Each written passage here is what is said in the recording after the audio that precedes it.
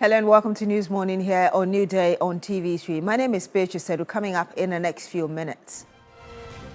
Finance Minister assures Ghana's Parliament that the economy will never return to emergency room as fiscal targets remain on course.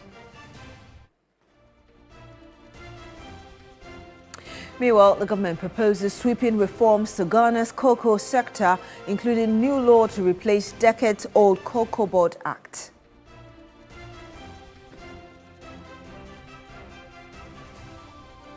And much later on the program, parents encouraged to closely supervise children as school vacation brings increased risks of preventable illnesses and injuries.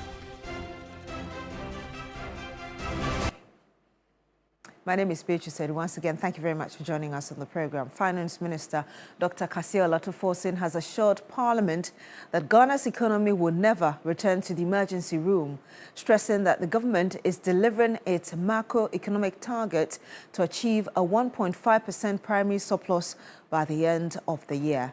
From cutting wasteful expenditure to flood mitigating measures and settling debts, the government says disciplined measures are being implemented to put the economy on unrivaled growth. But the minority has described the review as uninspiring. Christian Yale reports. The finance minister began his presentation by touching on the June 29 floods that brought the capital to a standstill, indicating that the president has directed the housing ministry to put in measures to prevent this permanently, indicating that funds for this would be made available in the 2027 budget.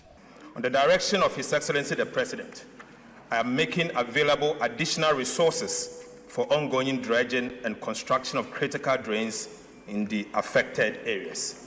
His Excellency the President has directed the Ministry of Works, Housing and Water Resources to develop a comprehensive and permanent solution to flooding in Accra and other flood-prone areas across the country.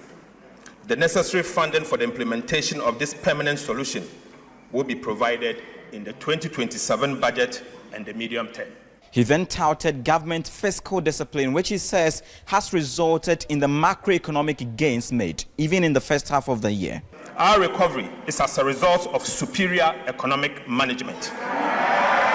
Debt restructuring may create fiscal space, but it does not create fiscal discipline. The minister indicated that Ghana has already achieved its statutory debt target of 45% of GDP, years ahead of both IMF program timelines and the targeted date under the Public Financial Management Act. He also touched on the debt to GDP ratio, which he says declined from 61.8% at the end of 2024 to 44.7% end of 2025 and currently stands at 45% by June 2026. Since the introduction of the AI-powered customs reforms, monthly customs revenue has increased by approximately 17%, reflecting stronger compliance, more effective enforcement, and significantly reduced leakages. Dr. Kassia Olatoforsin indicated that Ghana is expected to pay 111 billion cedi to service DDEP bonds in 2 years, but indicated that the country is having a strong stance at the international capital market. Multidimensional poverty, which measures deprivation across living conditions, education, health, and employment, declined from 24.9% in Q3 of 2024 to 21.9% in Q3 of 2025. Mr. Speaker, this simply means that about 950,000 Ghanaians moved out of the multidimensional poverty in just 1 year. He said they've done some payment. Why didn't he give us details? You paid your party members. I want the finance minister to walk the talk. If you come here and you say 24-hour market, 24-hour market at 42 million cedis, and you've abandoned the Agenda 111. This review is uninspiring. There is no inspiration. What we are experiencing in this country is persecution, persecution, persecution. ordinary Ghanaians are making sacrifices. Where is the man who put us in the debt? Where is Ken Ofori-Atta? After borrowing recklessly, creating the debts, he has gone and he is hiding in the United States of America. We must bring Ken Ofori-Atta back. For the finance minister, fiscal discipline must not become a policy for one person. It must become a culture that the entire nation must uphold. The coming days would be exciting as the House would begin commentary on the details and the sectoral review of the review the minister has presented. Christian Yale, TV3 News, Parliament. Now, the government is proposing sweeping reforms to Ghana's cocoa sector, including a new law to replace the decades-old Cocoa Board Act.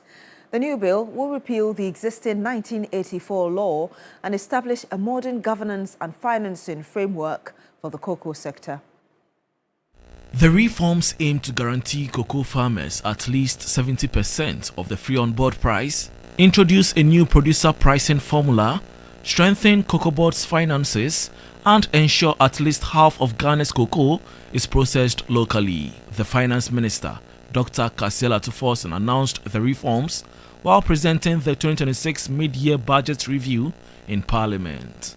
The proposed legislation will introduce a new producer pricing mechanism that aligns producer price with movement in international cocoa price, exchange rate development, and other relevant market conditions. We will also guarantee the cocoa farmer not less than 70% of gross free on board price. Meanwhile, the Finance Minister announced that government has injected an initial 400 million cedis as capital for the Women's Development Bank.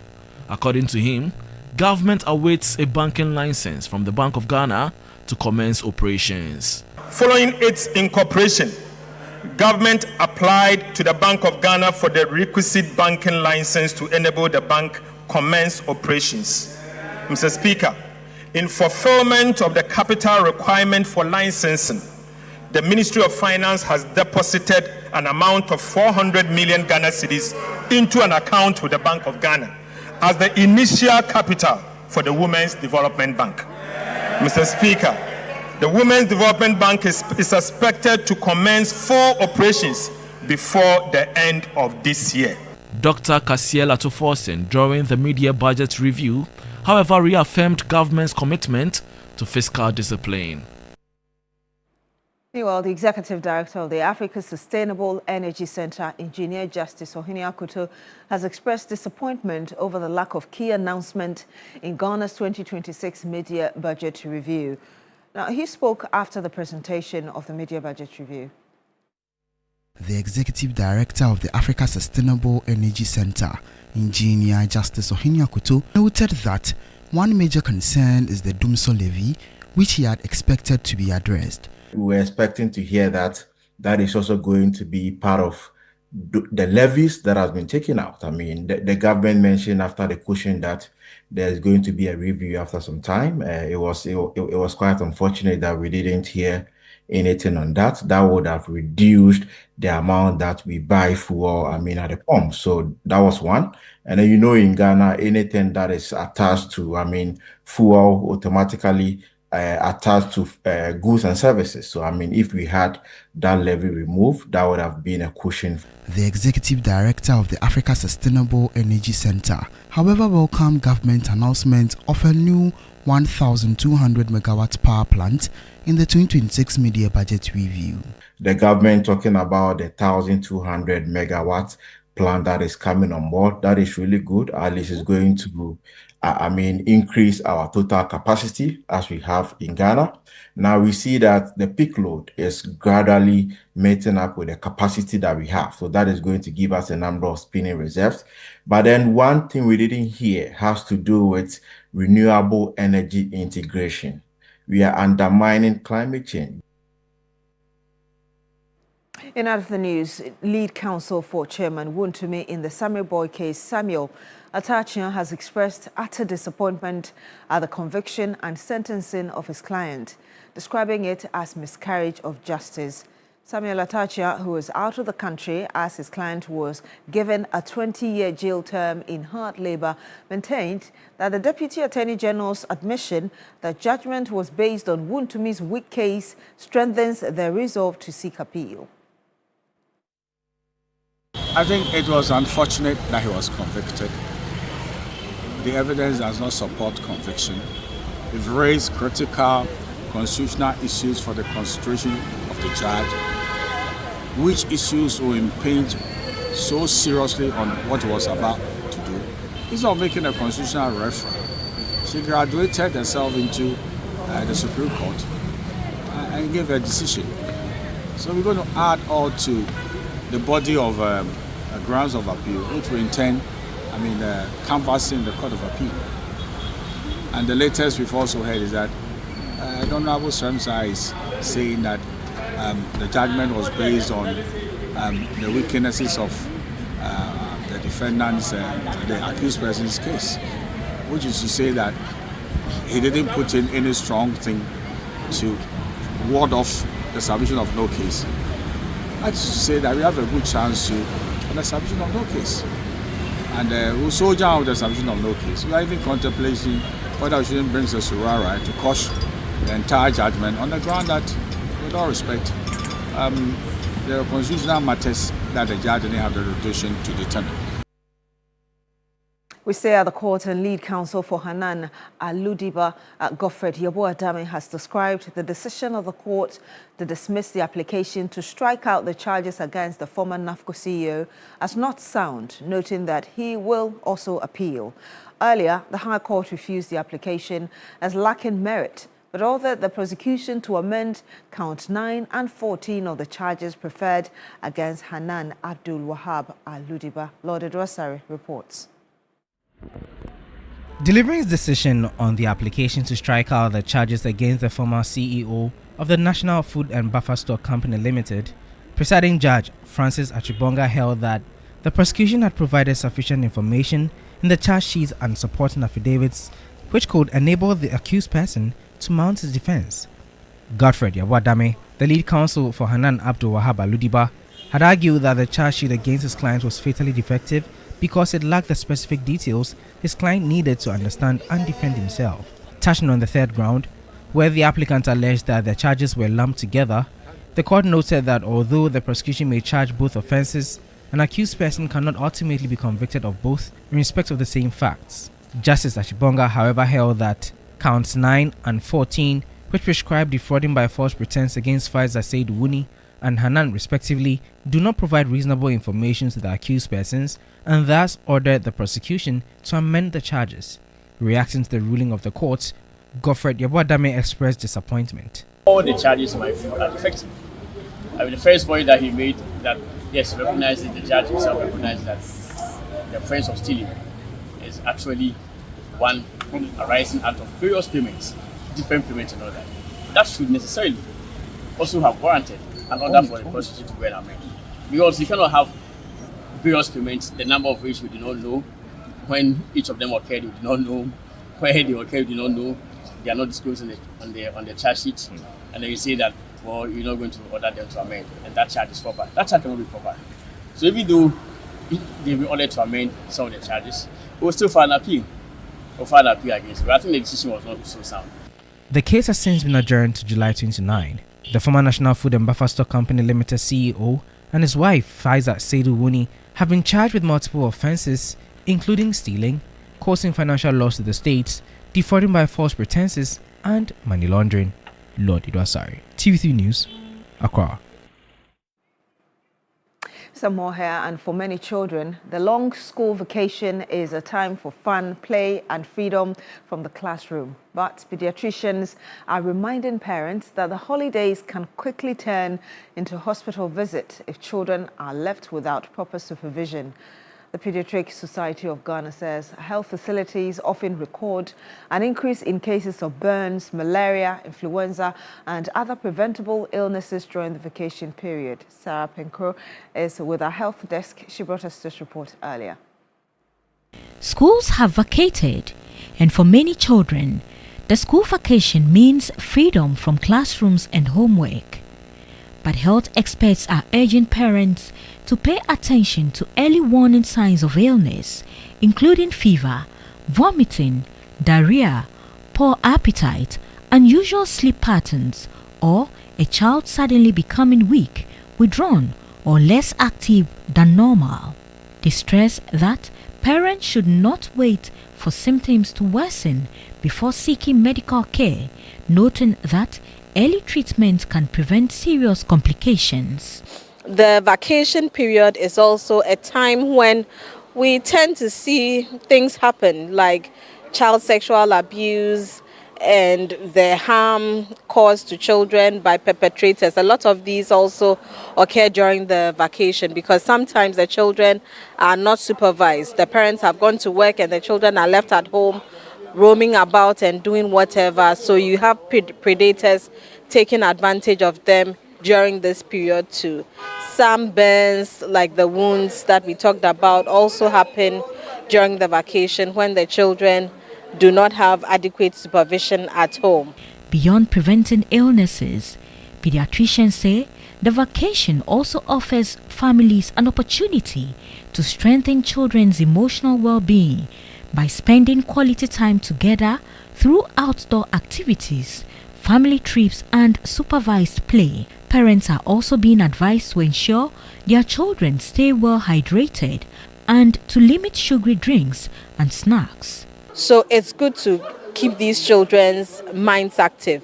What to avoid though is within this time we do not want them to be on the phones, on the tablets, on the laptops throughout the day. No, that's not what we want. As a pediatrician, I'd say that nutrition is a major thing to pay attention to for your children's growth and development.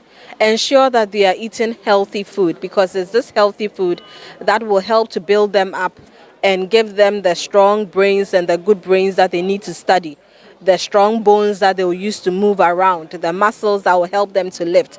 So we need to pay attention to what our children are eating. The Pediatric Society of Ghana says that with close supervision and healthy habits, the school vacation can remain a safe and enjoyable time for every child. Sarah Penkro, TV3 News, Accra. And still in health, years of investment have driven down HIV-related deaths and infections in Ghana. But the fight is far from over. As funding uncertainties threaten these gains, there are calls for stronger community-led responses, sustainable financing, and local manufacturing of health products to build Africa's health sovereignty and end HIV and tuberculosis by 2030.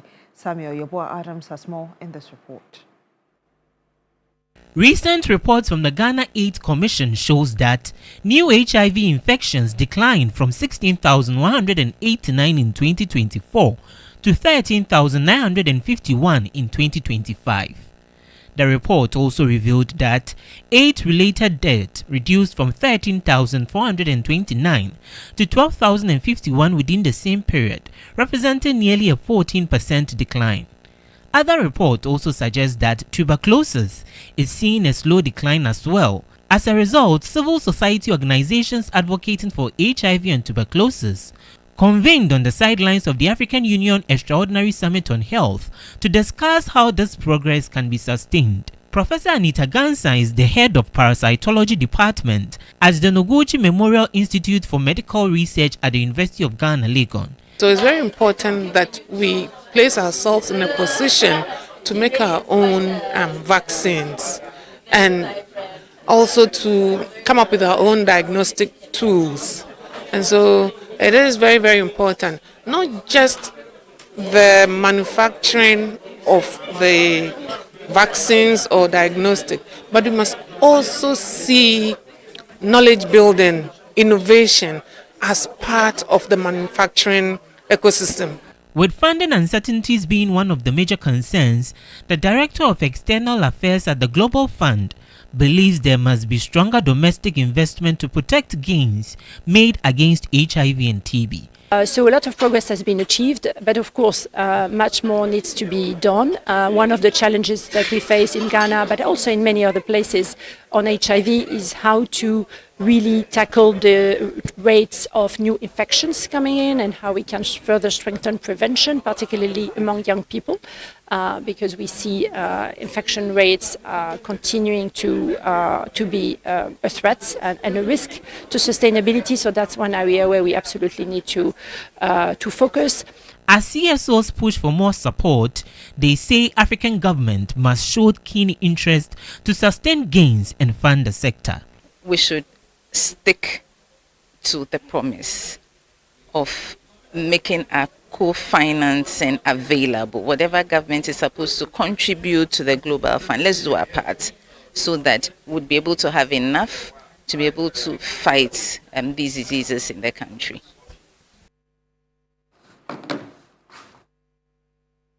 And that's all for News Morning here on New Day on TV3. My name is Beatrice Sedu. Thank you very much for joining us on the program. Do continue with us on New Day.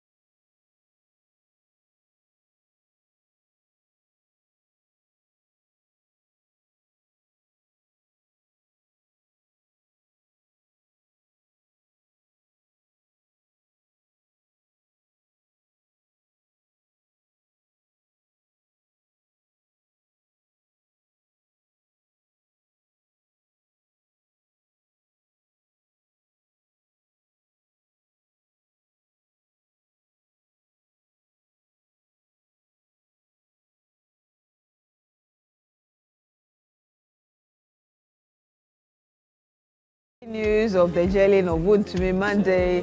Then we get to continue on Tuesday because of, you know, the reaction of the minority and his lawyers, including the former one, Apia Kubi.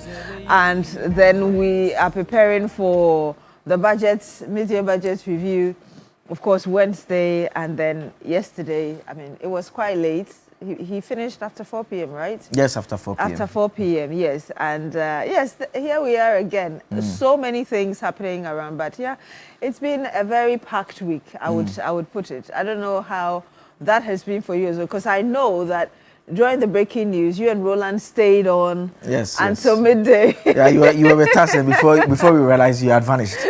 You were here before you realized you had vanished. But I mean, I thought that was a big piece of news, especially because of the political personality involved and the conversations that ensued subsequently. And then we brought you that live updates from the courts up to the minute, up until the sentencing was announced. It's a story that we expect to develop subsequently in the coming weeks, because the lawyers have already made it very obvious that they will be filing an appeal to challenge the findings of the court. Eventually, the judgment was put out in the public domain. We've all seen what it has to do with. Then now we have to chew on the mid-year review as well. Also, very, very important piece of national development, if I can put it that way, because it's the opportunity for the minister to tell us how things are looking. It's this mid-year review. In the middle of the year, basically, November, you tell us what you want to do for the year. Then in the mid-year, you come and tell us that, well, maybe I think I need some more money, or maybe I don't need some more money. In this instance, he says that, well, he's fine. He's just going to do a little realignment, some 5 billion to help Gold Board do what they want to do, especially now that they will not be supported by the BOG. So now they will be given some funds to do what they would want to do. But substantively, we are not seeking any extra funds. We are just hovering around our targets. We are maintaining the target, because sometimes at the middle of the year, you can come and say that maybe I wanted to get revenue of 10 cities, but now I think we should bring it down to 8 cities because we are not going to get a 10 cities. Or maybe you decide that, okay, I targeted I was going to spend 12 cities, but because the revenue is not going to be 10 cities, I'm bringing down to down. But interestingly, we are maintaining all our targets as well. Even though if you look closely at the numbers, we are just about 1 percentage points close to it. So we are not directly on it, but we are around close to it. I think it's because of how we performed in terms of our revenue mobilization in the first quarter. If probably we had been a bit more aggressive, we would have had more and probably, exceeded the targets. But yeah, I don't know what your general views of what was presented yesterday are. I mean, I think to be fair, there is the sense of a certain level of financial discipline. I'm sure even the critics who disagree would admit to that, except that they will target differently. So I heard the minority, the former finance minister, Dr. Mohamed Amin Adam, and also I from Kojo Ponkroma as well, and Abnor Seasari. They all made a point that government is not spending as much as they ought to spend. And they've been saying that since last year, actually. They say that's what's accounting for the growth. But the point is that shows discipline, because if you look at the revenue numbers, you see clearly that if they were spending anything more than they are spending now, it would have meant that would have been in a deficit, basically. It would have meant that our expenditure would have outstripped our revenue. So the fact that we all see is that he's spending as much as we are earning. And yesterday I listened to the finance minister and he made the same point that you can't spend money that you do not have. And what you can only spend is what you have. And so that is good enough. The flip side challenge is that it means that fundamentally the structure of the economy has not changed significantly. So development will not be as fast as growth perhaps is taking place. And it's the reason why sometimes projects across the country are not moving on. Beyond the... Because you need the money. You need the money. Beyond the normal issues with contractors that we are all contending with. That is another aspect of it. So all those are various issues that we can look at closely. And really, moving forward, I don't know what kind of measures we can use to mobilize a lot more of our domestic revenue. Because you remember at the time, GRA then went to offices ensuring that they were complying with their systems, so they directly give them the monies that they deserved or was due them. But it looks like we need to look more as regards the kind of measures we need for technology. Revenue. Technology obviously is one step towards that. The minister did mention that the publican AI, what they are using at the customs division at the ports, he said that over the period, they've realized that about $300 million more in terms of assessments. So goods come in and the people are bringing it, the importers assessing that maybe we should pay 10 cedis. He said they've realized that the assessments were lower by 300 million. So they've made up at least 300 million more by virtue of using the public and AI. Initially, we saw the resistance that came from the importers and the concerns that they raised. So obviously, technology is one way of doing that. But there is a general space within the income tax.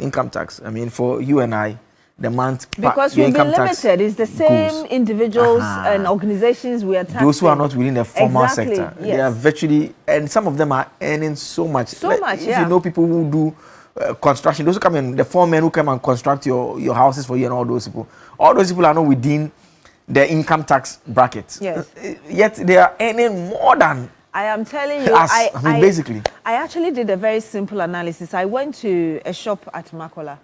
And I just bought a few cosmetics, and it ran into like hundreds, if not a few thousands of Ghana cedis. And she just had a small shop. So when I go home, I just said, okay, if this is how much I paid for just less than 10 items, then I'm wondering how much this woman actually owns in terms of capital, because it was just a small unit and I bought just a tiny thing and it was already very expensive. So this informal sector, there's a lot of money there that we can really devise means of collecting, just so there's that equal thing, everybody paying the necessary taxes. But again, for me, I think I was very excited about the bridge. The Eche Amanfro Bridge. Yeah, the Afram Plains, the one at the Afram Plains. Yes, because I remember I went to Akosombo. I remember clearly it was Labo Labo. It was a community to do a story within, I think it's the Sojaman municipal or electoral area. And the then MC, if I remember clearly, is the current Deputy Finance Minister, Ampem Nyako. And I used, is it pontoon they call it, around the Akosombo area. And it looks like that's a different place where they're going to construct this bridge. But I like the concept behind it, because we have a lot of farmers who are having their produce getting destroyed because it's so difficult. And sometimes the breaking down of these vessels just to transport them from one end to the other, just so they can make profits really, or sell what they've produced. I think that it's quite good and would help. So I'm looking forward to that. They've given themselves up to the end of 2028, and hopefully they are able to do that, because I think it would really help, particularly the farmers who put in so much and yet they end up getting little, or sometimes even losing as compared to the investment they've made before the harvest time. And also the bit, I was quite surprised to learn that all along the act we're operating within the cocoa sector was as old as 1984. Oh, 84 is not old. Yeah, well, I find it old looking at the fact that our law that criminalizes our actions is from 1960. Yeah, 1960. I mean, you can imagine how crime has modernized and changed over the period. Our principal crime law is from 1960. I mean, and it's very important. The point you make about the cocoa board change there are questions about the current structure that we operate in that we need to modernize it, and whether a law from the 80s will be satisfactory enough to meet the demands of today. So there are those who make the argument that if you are producing mango and you produce your mango and you export and go and sell, why is it that for cocoa you can't just export and go and sell? Why do you have to make it available to the government? Yes. For the government to now come and negotiate with you and fix a whole lot of price and tell you that I'm going to give you 70% of the forward onboarding price and all those things. Like, people believe that kind of architecture is old. Kind of limits the cocoa farmers. We should let the cocoa farmers be competitive and operate on their own. And how much percentage of our cocoa beans do we intend to process? Yes. Just so we get a lot more instead of just exporting the raw beans. But I mean, in the midst of all of this, though, there's still a big area that a number of people are equally unhappy about, which is the energy sector. Yes. The fact that the finance minister does not seem to have, or didn't actually touch on a number of specific reforms. We know that there are so many taxes that influence and levies that influence how much we pay finally at the pumps. And the expectation was that there should be some sort of conversation or policy around it, just so we help cushion Ghanaians a little bit. I know that over the last few months, there have been conversations about and even efforts towards providing crude for our local refineries, just so we kind of have a lot more of our refined oil coming from here or crude coming from here instead of always importing. And I'm learning again, in fact, just this dawn, that fuel prices, some outlets, OMCs have already increased with some 30 pesos and yes, some from 70. The last the window a couple of days ago. Yes, although the next window is yet to open. Yes. And the possibility of diesel getting to over 20 Ghana cedis per liter. And so for those in the energy sector, there's a little bit of disappointment as regards why there were not clear policy specific, areas to tackle this fuel thing, because this Iran-US war, it looks like it's dying, then they go to bomb themselves again. And so you cannot necessarily rely on it. And the more it prolongs, the more prices will go up. What is the policy to cushion Ghanaians? And that's what people are asking for. I mean, I think it's a fair call. Last week I mentioned that I'd gone to buy the fuel and I was paying a bit more than I normally pay, and I was surprised. In fact, yesterday, the same thing happened again. Yesterday, I went to buy fuel again, and the same thing. I paid even more than I had paid at the other occasion. So, I mean, it's an obvious big problem that we have to deal with. I think what puts me a bit at ease is the fact that a couple of months ago, when we had that situation when the prices were consistently going up. And they brought in that relief acid, where the 1 month thing. And so that gives me a bit of calmness in that. Well, it's not mentioned. But government lost money, you know that. Yes, of course. I mean, but I mean, for me as a Ghanaian, that makes me a bit calm. That but even though he's not speaking about it, in the event that we get to those levels that they are projecting it to get into, we expect governments to quickly step in and come up with some solutions, because it cannot be the case that we would want it to reach those levels, especially because of what we are doing with inflation and how we are keeping it low. Because once the fuel price goes up, it has a ripple effect on basically everything in the country. And it had a way of influencing inflation, by the way, because inflation then was 3.7, and now it's 5.3. Yes. And if you look at the main drivers of inflation, you have housing, you have education, and you have transport. And I always say that if you have transport influencing inflation, it means that fuel has a role to play somehow. Obviously. And that eventually could go to the food inflation that for a long time we've seen when the Ghana Statistical Service releases the data regarding inflation.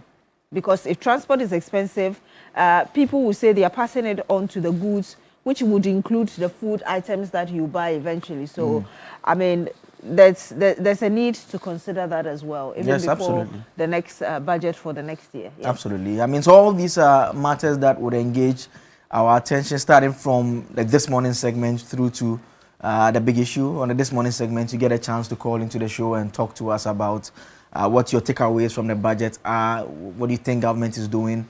You think that there is the opportunity to deal with some of the matters that, if not, are dealt with? I am a keen looker for the big push project, and then every once in a while, I go online, try to find the list of the routes, because I don't understand why my roads are so bad. Like, my roads are terrible. For Ghana roads, honestly, when I talk about it, I get the roads minister is listening, the Dome Kwabenya constituency, the roads you'll be known for bad roads for a long time. Like, it's crazy. The roads are bad. And the annoying thing is that there are so many roads all around the place. So, like, if, for instance, you are within the Ashoman Estates area, you want to go to Old Ashoman or Abuba, there are alternate roads that makes you avoid the main road. But that alternate road is not a road. So what is it? It's a pathway. What is so it? BP about, like, in the morning? No, but honestly, it's so serious such that, like, if I don't have something that I unavoidably, and I don't have to go to town. I don't want to go to town. I hate bad roads. Yes. And especially roads that may not, when you see the road is rough, you're already careful. But sometimes the road is very clean. And then you're driving and boom, you just hit what we call manholes. And one thing that also surprises me is, I don't know why, I heard an engineer say that normally when you're signing road contracts with contractors, you have a time limit that this road you're constructing is supposed to last for, let's say, 10 years or let's say 5 years. And so if there's any default, you're responsible for that. But we construct roads, and just the second or the third year, we see potholes the in roads them. they're not constructed properly. When you see the potholes, you'll expect that they'll be filled properly. They use different materials. Sometimes it's just ordinary concrete. They put it in there. In fact, anyone who uses the Ofanko in Sawom Road, if you are coming to the Accra side, you see that the right lane, it's so crazy. See, Beatrice, to the extent that I use that road every day. Yeah. The Ofanko in Sawom Road. If you are coming towards Accra, it's such that there are two lanes. If you are in the right side lane, you are likely to encounter a lot of that. There are patches all along, and the patches, the material that was used is thicker than the normal road material. So sometimes that one rather it has lifted it up. Exactly. And it's not smooth as well. So basically, at every point, just a bump. So when you are coming to Accra, you have to be on. It's better to be on the left-hand side instead of the right-hand side. And the danger of that a lot of the time is when you're driving, you're in your lane, because the other driver wants to avoid that bad side. They come into your lane, and you're almost colliding. Yes. I mean, it's I don't know why we do these repairs the way we do them, and why I expect that because I'm paying my taxes. If there's a pothole, sometimes the pothole can be there for months, and it keeps getting worse. Why can't it be fixed a week or two when I know it's it's also capital intensive if you're looking at it across the country, but there should be a system of maintaining it. But Absolutely. you talked about this morning segment. iFirst, headed by Peter Partey, Anti, has also given his own analysis of the education sector.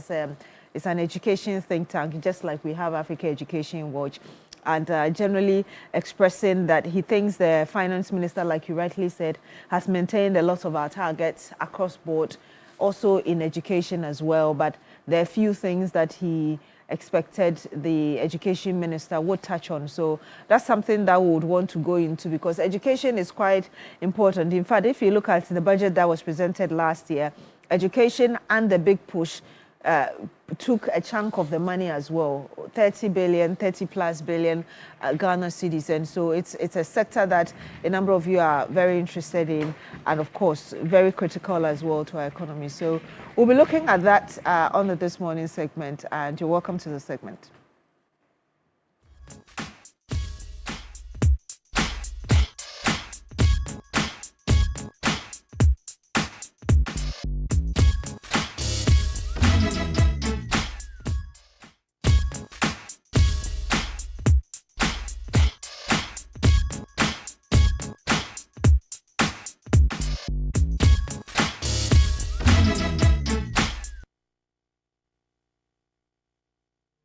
The finance minister began his presentation by touching on the June 29 floods that brought the capital to a standstill, indicating that the president has directed the housing ministry to put in measures to prevent this permanently, indicating that funds for this would be made available in the 2027 budget. On the direction of His Excellency the President, I am making available additional resources for ongoing dredging and construction of critical drains in the affected areas. His Excellency the President has directed the Ministry of Works, Housing and Water Resources to develop a comprehensive and permanent solution to flooding in Accra and other flood-prone areas across the country. The necessary funding for the implementation of this permanent solution will be provided in the 2027 budget and the medium term. He then touted government fiscal discipline, which he says has resulted in the macroeconomic gains made, even in the first half of the year. Our recovery is as a result of superior economic management. Debt restructuring may create fiscal space, but it does not create fiscal discipline. The minister indicated that Ghana has already achieved its statutory debt target of 45% of GDP, years ahead of both IMF program timelines and the targeted date under the Public Financial Management Act. He also touched on the debt to GDP ratio, which he says declined from 61.8% at the end of 2024 to 44.7% end of 2025, and currently stands at 45% by June 2026. Since the introduction of the AI-powered customs reforms, monthly customs revenue has increased by approximately 17%, reflecting stronger compliance, more effective enforcement, and significantly reduce leakages. Dr. Kasiel Atuforsen indicated that Ghana is expected to pay 111 billion cedi to service DDEP bonds in 2 years, but indicated that the country is having a strong stance at the international capital market. Multidimensional poverty, which measures deprivation across living conditions, education, health, and employment, declined from 24.9% in Q3 of 2024 to 21.9% in Q3 of 2025. Mr. Speaker, this simply means that about 950,000 Ghanaians moved out of the multidimensional poverty in just 1 year. He said they've done some payment. Why didn't he give us details? You paid your party members. I want the finance minister to walk the talk. If you come here and you say 24-hour market, 24-hour market at 42 million cedis, and you've abandoned the Agenda 111. This review is uninspiring. There is no inspiration. What we are experiencing in this country is persecution, persecution, persecution. Ordinary Ghanaians are making sacrifices. Where is the man who put us in the debt? Where is Ken Oforiatta? After borrowing recklessly, creating the debts, he has gone and he is hiding in the United States of America. We must bring Ken Oforiatta back. For the finance minister, fiscal discipline must not become a policy for one person. It must become a culture that the entire nation must uphold. The coming days would be exciting as the House would begin commentary on the details and the sectoral review of the review the minister has presented. Christian Yale, TV3 News, Parliament. The education remains one of the most powerful investments we can make in the future of our country. Government is therefore taking bold steps to transform secondary education through a $300 million United States dollar World Bank financing. Mr. Speaker, under this $300 million United States dollar World Bank financing initiative, government will undertake 210 major infrastructure interventions across the country. These include, Mr. Speaker, we are building 10 new secondary schools. Right, Honorable Speaker, we will rehabilitate 150 secondary schools. Mr. Speaker, we are upgrading 30 Category C secondary schools to become a Category B school. Mr. Speaker, aside, we are also upgrading 20 Category B schools to be part of Category A. Mr. Speaker, we are also going to procure furniture to support these schools that we are upgrading and ensure that every school child going to any of our secondary schools benefits from textbooks. Just watched a bit of updates from what the finance minister delivered to us yesterday in Parliament, the mid-year budget review. We did tell you that IFEST, which is the Institute for Education Studies, has already given its own assessment of what the minister said in the education sector. We're joined via video call now by Dr. Peter Enti. He's actually on the phone with us. He's the Executive Director of IFEST. Good morning to you, Doc. Thank you very much for joining us. Good morning, Ricky. So you give your general assessment of what the minister said in the education sector, of course, in your preliminary thoughts, satisfied, as it were, with the fact that he maintained a lot of targets and also gave your own highlights. If you can remind us again, some of the highlights that you saw or heard him give us before we even go to the bits you thought he could have done a bit more on. All right. So yes, I think that the minister gave some information about how far they have gone with the secondary education system in their attempt to eliminate double track. Of course, we have been informed that the facility from the World Bank for the Star J project have been approved, And that is where all the issues about 10 new secondary schools, 150 existing schools going to be rehabilitated, the conversion of category B and C schools to A and B respectively, and the furniture.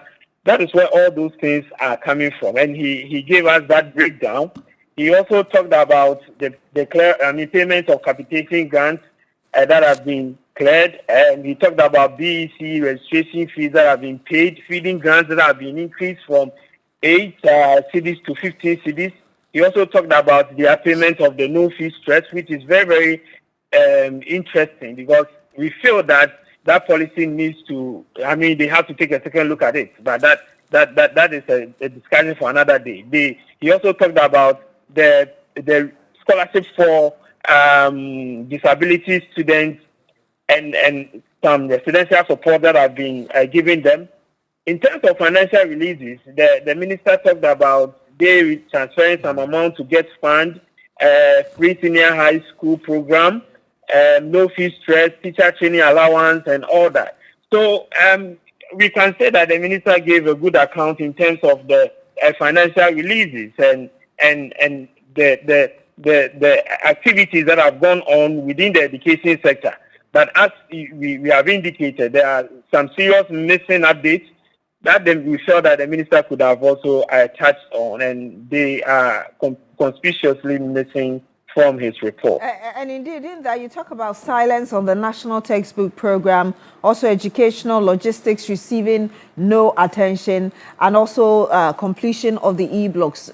I know in November we heard about that, and you're concerned that we didn't seem to have had an update on it. Specifically, what are your issues with these areas? If you are into education, financing, analysis, and other things, and you are looking at the education budget, what that has been presented in November, and you are giving a media review, the things that were said in the original budget is what you are going to give us an update on.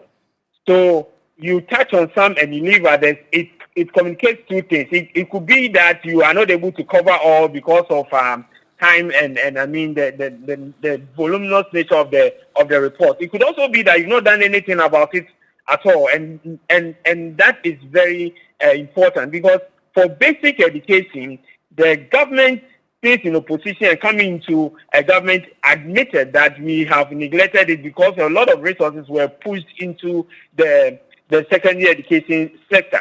So when they read the budget last year and they gave that indication, a commitment of constructing 200 kindergarten schools, 200 primary schools, 200 junior high schools, it gave most of us in the sector a lot of hope that, look, basic education is coming back to its rightful place. So in the media review, we are expecting that you give a progress report as to how far you've gone with this construction. It might be that you are working on it, but since it's not captured in your report, it means that you have not done anything about it. Again, textbooks are central, furniture central. These things were captured in the November report. To what extent have we been able to provide the 2 million desks that we talked about, the 200 school buses that we talked about, the free textbooks to 1 million kindergarten students that we talked about, 2 million primary school and 1 million GHS students who are supposed to receive the textbook? There are no updates on procurement, no updates on distribution, and for us, we think that these are critical to the provision of quality education. So if the ministry has released money to the Minister of Education, and these things are on the way, then we needed a progress report on that. There's no information provided, and it communicates to us that it seems that nothing has been done in that respect. And for the infrastructure bit, which would include the e-blocks, how critical, especially when you're looking at the numbers of schools currently under trees? I know we do still have some. Yeah, I suspect that this would be captured under the StarJ project, the secondary school improvement project that the minister talked about, where we have secured some funding. But one interesting thing about that project is that project is what the ministry is targeting to use to end double track. And if you look at that project document, it seems that project is supposed to end somewhere 2030. So we're still confused how the double track is being projected to be ending 2027 whereas the facility was approved just this month, and you have to go through all the processes, procurement, and all those things. It's going to be highly impossible for the government to eliminate double track by next year. I think that we need a realistic date, which I think should be around 2030, where the project is supposed to be ending. But you talk about double track. In your earlier statements, in that same statement that you issued, you actually were happy that there was significant progress relating to the government's effort to eliminate the double track system. Exactly, because they have been able to secure that a facility that is aimed at improving the infrastructure in a secondary school level. So the getting of the money is very critical for the elimination of the double track. So they talk about now going to construct 150 schools. Rehabilitate 150 schools, construct 10 new secondary schools, and also upgrade 30 Category C schools to Category D, 20 Category B schools to Category A. This is what will lead to the elimination of the double track. What we are concerned about is the timelines that have been given. To the government, they are anticipating that they would eliminate double track in 2027. I think that this is something that has been said over and over again. But looking at the StarJ project and the project timelines, we think that it is highly impossible to do that in 2027. We think that we'll be able to eliminate the double track in 2030 when the project comes to its end. And before your conclusions, though, you also talked about the need for us to strengthen the media budget accountability. Why did you have that concluding statement, as it were?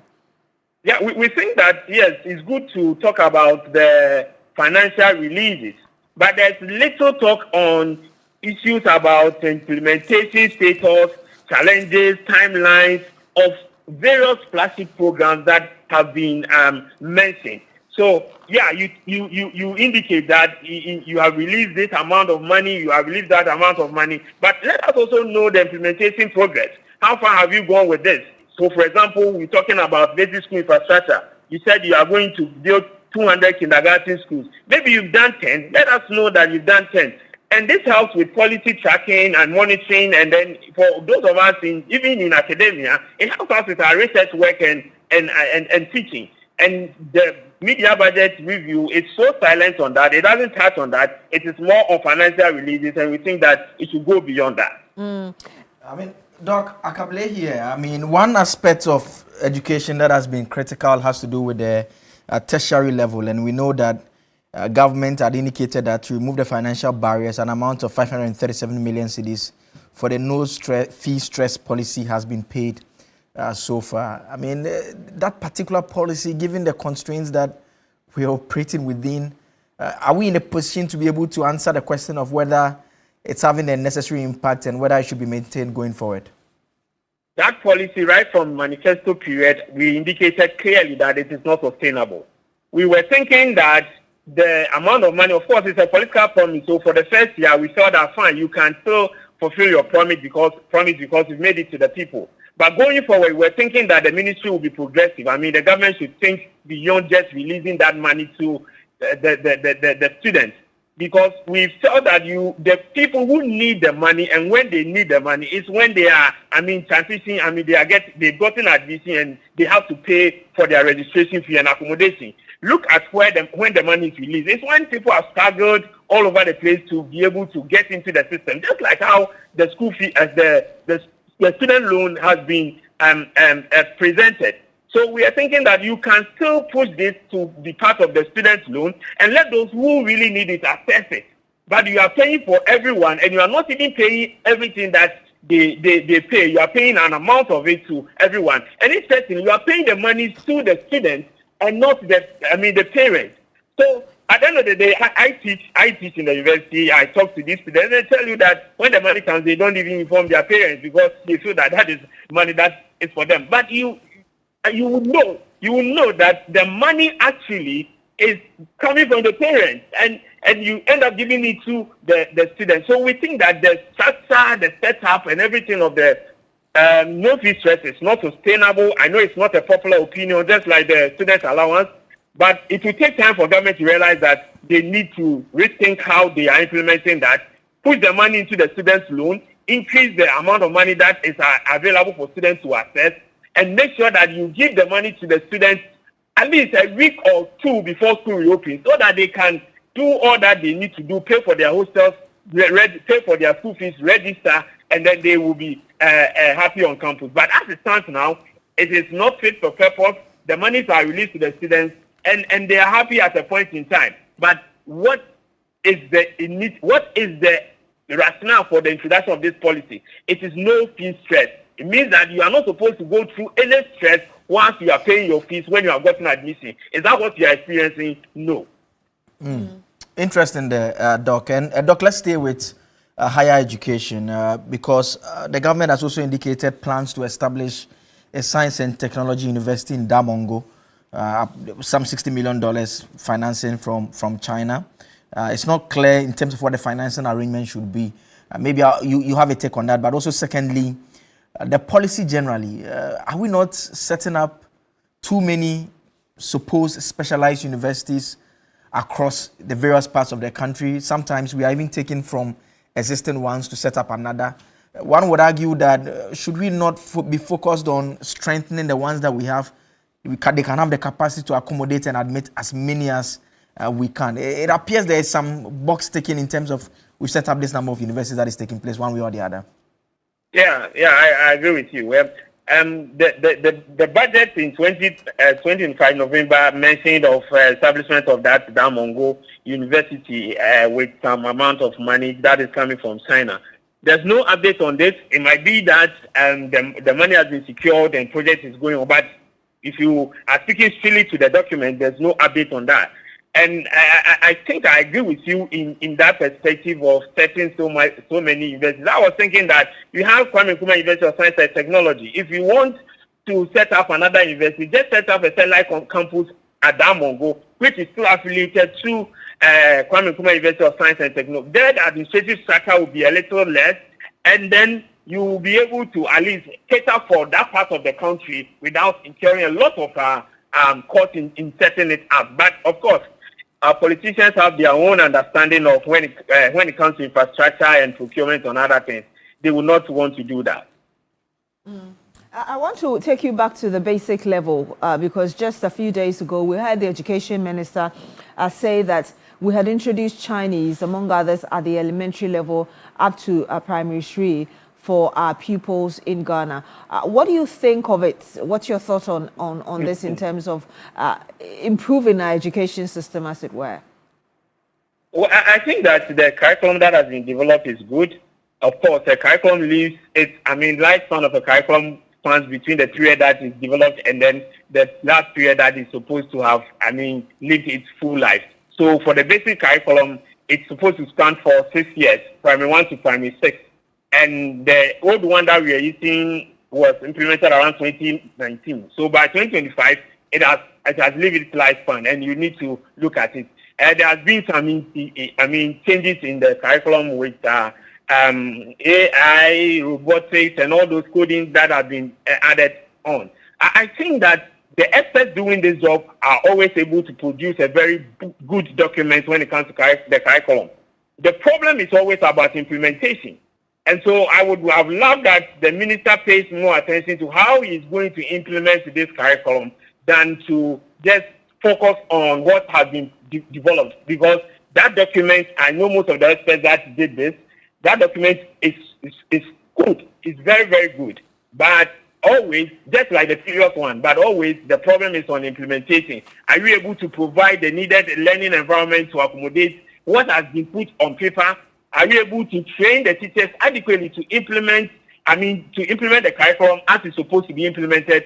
Are we able to provide the resources? We are talking about textbooks not going because the minister didn't mention anything about it. We are talking about desks that were not mentioned and all those things. These are things that enable the curriculum to get its life. So if you are just talking about the document that is being developed, then you are not doing justice to the situation. In terms of the languages, I have my own personal opinion on that. I know that language people don't agree with me.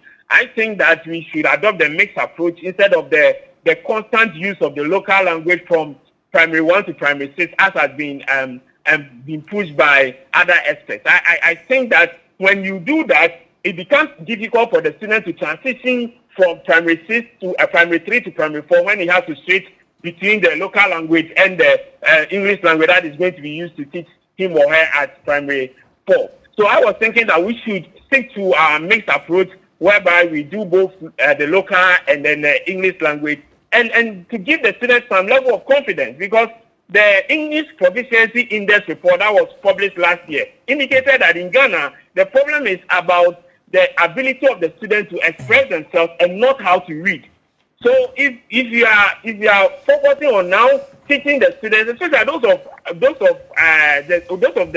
students in the public schools, if you are focusing on teaching them with the local language, then we are going to deepen that particular kind of challenge that we have in our basic school system. For the Chinese, I seriously don't have any comment. I wish we would. I seriously don't have any comment. I don't want to commit myself. You're quickly regarding the Chinese language, but there are those who make argument that we're having business and a lot of investment from the Chinese in Ghana. Perhaps you need to understand their language so you're able to. I think so, because in our universities there are students doing Chinese, there are students who are doing even basic teaching in Chinese and other things. So I think it's going to have, paid employment for those who are doing those courses in the university. But to make our children multilingual, that is good. But is it something that we would want to pursue at this stage of our educational journey? That is something we can debate on. My final question to you, if you were able to answer in less than 1 minute for us. Moving forward, I know you've touched on so many sectors, but what should be the priority now within the short to medium term in terms of the kind of transformation we need in the education sector? Well, I think that we should still go back to the basic education system. We know what is wrong with it. Let's commit the resources. Because they are in the 2025 budget, it means that monies were supposed to have been allocated for that. Let's commit the resources to improving the basis of our education. And I think we will get the rest right. If we continue to pay lip service to basic education, we are widening the gap of inequality between those in the urban center and those in the rural areas, and that is not good for us. My last point also will be that the curriculum that we have developed, we should ensure that we provide the needed resources and ensure that we have a proper implementation plan so that the rationale for introducing that curriculum will be realized. Thank you so much, Dr. Peter Partey, Executive Director, Institute for Education Studies. Thank you for breaking it down for us in the education sector. A number of you have sent in your messages. Joseph Akable is on the wall to read some of them back to you. Yes, sir. The conversation about the languages is very important. Not the Chinese bit, the bit about the Ghanaian languages. Yes. I was very fascinated about 10 years ago when I read a paper by Professor Sefa Somenyo, which made a point that students who are taught at the very basic level with the local dialect tend to do better. Really? That's what the research points to. I mean, you remember when Dr. Maitopoku Prempeh was the education minister, he disagreed completely and scrapped it. This current government also, even under the former doctor, the former education minister, Educhum, he also took the view, sort of blending between, but more towards an Apoangla. So then subsequently, this government has also gone back to allow. But what has been your experience? I'm not sure you were taught in local language. I was taught in English. Do you think that those who probably were taught in local language are doing better than you? I really don't know. I mean, but that's what the research says, really. It's a fascinating research that you can find online and read. But some comments that have come through on our WhatsApp console, especially, good morning, I am Eben from Kwabenya. The minority in parliament should know that it's better to borrow for better education of our children's future than borrowing for so-called cathedral that never saw the light of day. Ghana is no more rated as junk status. They should know that, period. Greetings to Honorable Julius Debra, Chief of Staff, Honorable Peter Akwesi Mensah of Temashe Yard, and Honorable MCE Agbo of Gan East. The MPP members are behaving like characters in the animal farm. They are consistently pursuing the government to overspend, borrow, so as to plunge the country into a ditch like they did. They should keep quiet and allow the government to work. That is Apietus from OT region. Okay, this is Peter T from Shukura. Ghana now has come a long way to ensure stability. Ghana has now come along with stability of increasing employment rate and ability of creating opportunities to encourage local productivity that can see most of our youth into agric and other government initiatives that were abandoned under the MPP Baumia unproductive administration. I think this current Mahama administration is on course because it is a core duty and responsibility of any successive government to maintain some level of ensuring that accountability and prudent economic leverage becomes a supportive machinery to help establish hope for in Ghanaians. That is Peter T. there. Very, very philosophical. Abugbila Godwin Camille, the Binduri boy you've been writing, you say that you're impressed with the way Dr. Atuforsen read the budget yesterday. In fact, there is hope for the ordinary Ghanaian. NDC and His Excellency JDM is really serving us, not the other way from the past administration who asked us to stand as a public servant.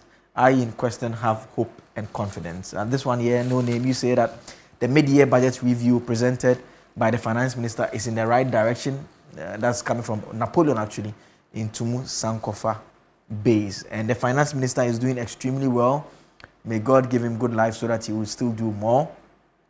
Good morning. We, the farmers in the northern region of Ghana, are appealing to the government to do something about the price of fertilizer. Okay, good morning, Solid TV3. We agree with you. We agree with you. You guys are on point about the Domi Kwabenya Shoman Estate routes. Thank you, my brother. Thank you, my brother. That's my area. Let me stay there. Domi Kwabenya Ashoman Estate routes. The roads that go to Academic City College, the roads that, the Musuku Road, the road that, there's even a hospital.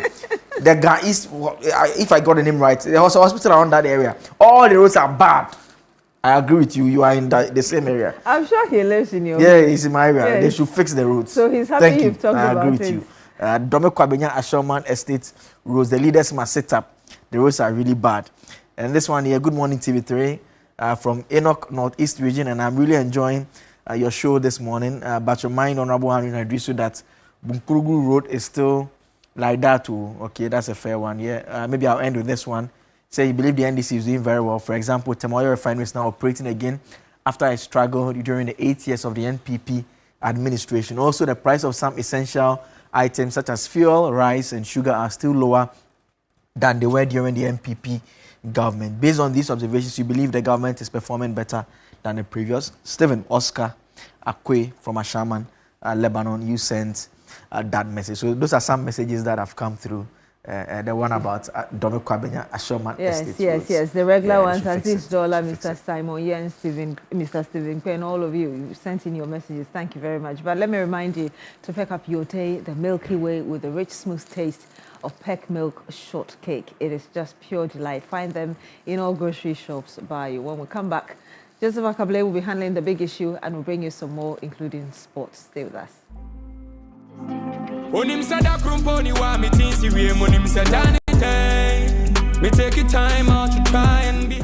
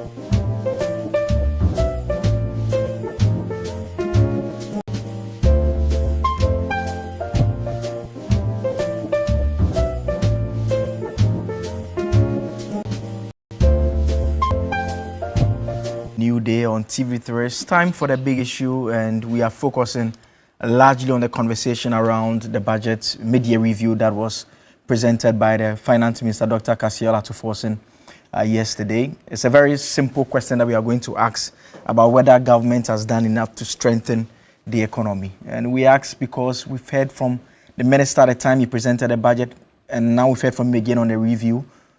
What do we get a sense of where we are? Are things improving? Do we get a sense that there are some policy measures that are yielding results in a manner that we can say that the state of the economy is changing significantly, or the economic structure is changing significantly? All these are aspects of the conversation that will engage our attention this morning. Mostly on Fridays, the lawyers are the most around the table. At this time around, I think I'm all alone. I have the economists all around me, the finance guys all around me.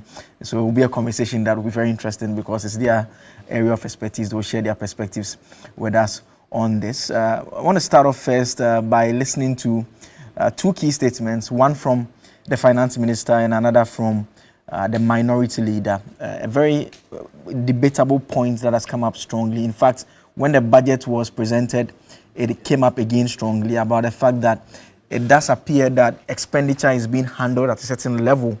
And in simple terms, the minority will argue that government is not spending as much as it ought to spend. Yesterday, I listened to the finance minister once again make the point that you can only spend what you have. So that is the other coin or the other side of the debate. And why are they being asked to spend when they don't have? When you look at the revenue numbers within the same range as well. So why are you expecting them to spend a bit more? Those are very debatable points that would engage our attention. But first, let's listen to what the finance minister said specifically about spending. The true measure of a finance minister is not how much he spends, but how faithful he protects the resources entrusted to him. The money we manage does not belong to those entrusted to manage it. It belongs to the people of Ghana. Mr. Speaker, it belongs to you and belongs to all of us. Every cedi collected in taxes, every cedi borrowed, and every cedi spent carries with it a sacred obligation to use it wisely. In recent times, a narrative has emerged suggesting that this government is not spending enough. Mr. Speaker, nothing can be further from the truth. Far from standing still, we have been steadily and responsibly deploying resources guided by the simple but firm principle that we can only spend only what we have, and we spend it wisely and with the future of our nation in view.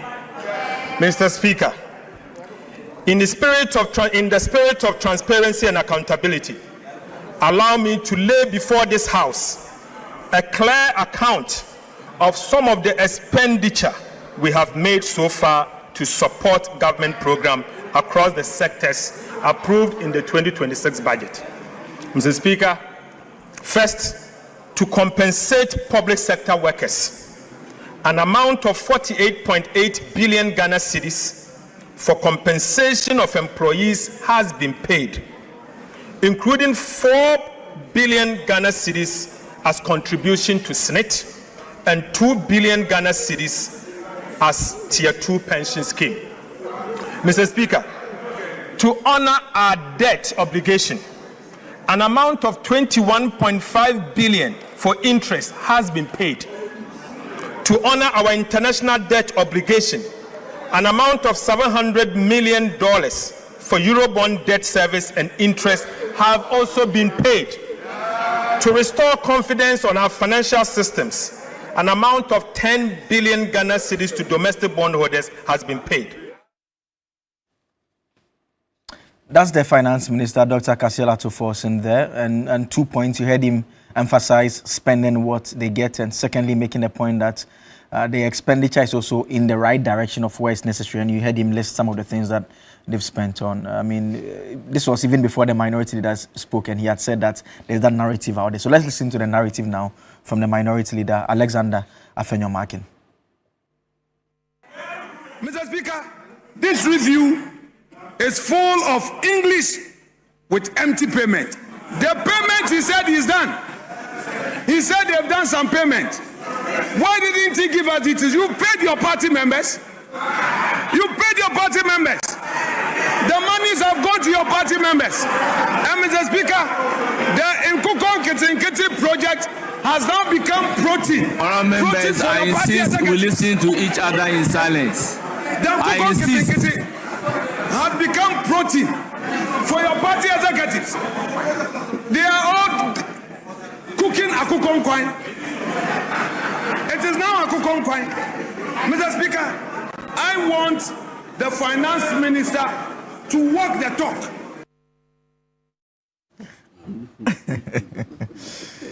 Oh God, interesting. Let me introduce you to my guest in the studio this morning. Ataisa is MP for Sanerugu. He pops up when there's a big financial debate, a big economic discussion to have. Good morning. Thank you, Honorable, for joining us. Thank you, brother. Also joining us in the studio this morning, Ebo Bachman. Ebo Bachman is with the UP. Ebo, you see me every Friday. Ebo, thank you for joining us as always. Yeah. It's always a pleasure to be here. And Kwamna is my padiwa. It's my friend. I mean, our guys go together. And in those days, MPP together. Okay, I see. And also joining us in the studio this morning is former MP for Kaikwe North, MPP MP for Kaikwe North, former MP Hussein Issa, also with us. Good morning, sir. Thank you for joining us as well. Yeah, good morning. It's nice to be back here. I've not been here in a while.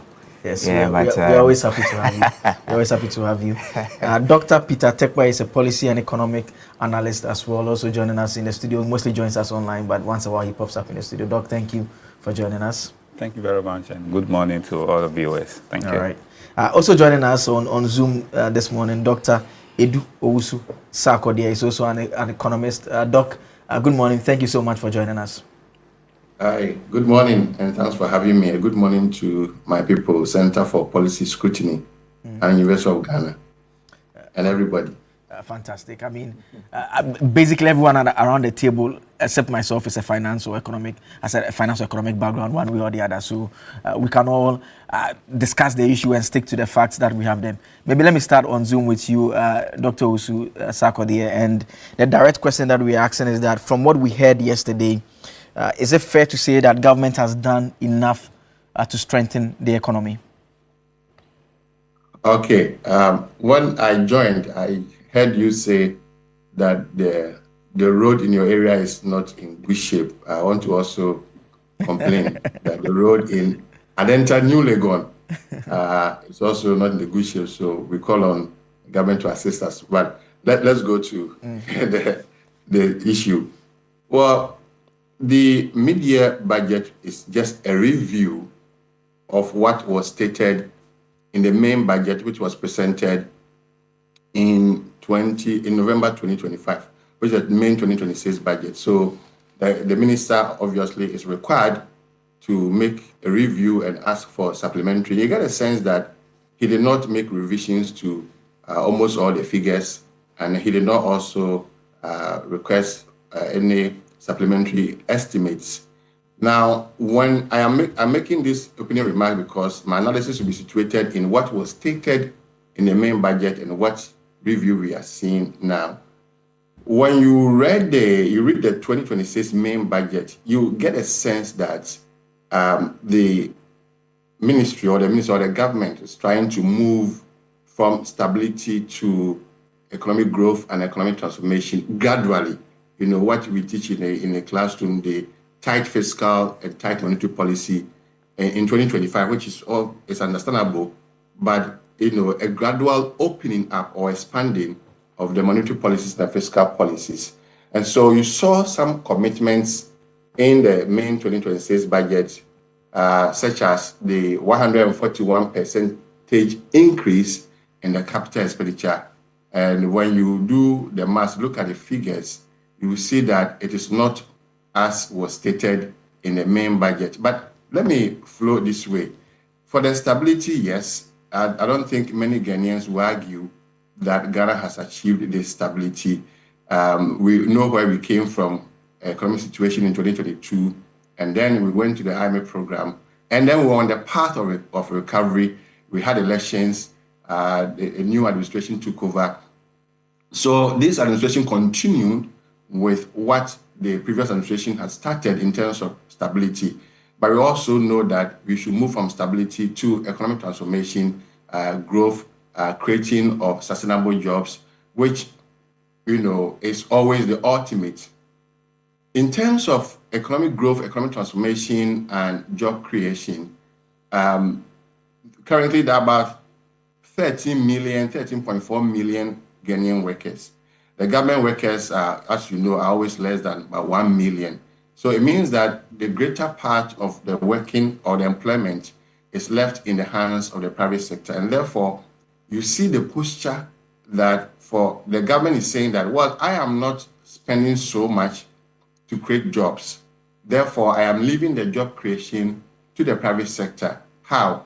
That's when we talk about the stability, the low and stable inflation, low and stable exchange rate, low public debt. The lending rate was very high, around in the 20s. Now I'm talking about 15, average of 15. So that was the sense you get that, well, the job creation, economic growth should be left into the hands of the private sector based on the macro stability, so that the private sector will take advantage of that. We saw the real private sector credit in the negatives around the year 2022. Today we are talking about some 34% real growth. This is not even nominal, real growth in the private sector credit. The question is also that it's not just about the growth, it's about the allocation of the credit. Where is the credit going? That I do not have more information about where the credit is going, because that will give you the sense to understand that, well, the credit is going to productive areas or not. And you see the growth in credit, but the growth in real GDP is a bit slow. I mean, from 5% to 6%, 6.4%, it's a bit slow. So that is good, but it's a concern there which must be addressed there. Where the credit is going is always the issue. And then we have, on my table, I have the abandoned projects. When you're talking about, I think the question you asked me is about transformation. There were some projects I think this administration inherited and which has been abandoned or resources are not yet committed. I think that I want to recommend that we should go back, this one district, one factory. If possible, they should revamp, they should commit resources to that. Or the government should have a replacement for the industrial policy. We are not seeing this strong industrial policy. And it's understandable in the first year where you want to stabilize the economy. But going forward, 2027, 2028, you want to see more of an industrial policy that would give us economic transformation. That's why most people always make reference to two things in the budget when you're talking about economic growth and economic transformation. One is the capital expenditure. We know that infrastructure development is key for economic transformation. And there are also certain public goods and services that cannot or that will not be produced by the private sector. For instance, we're talking about road construction in my area and in your area.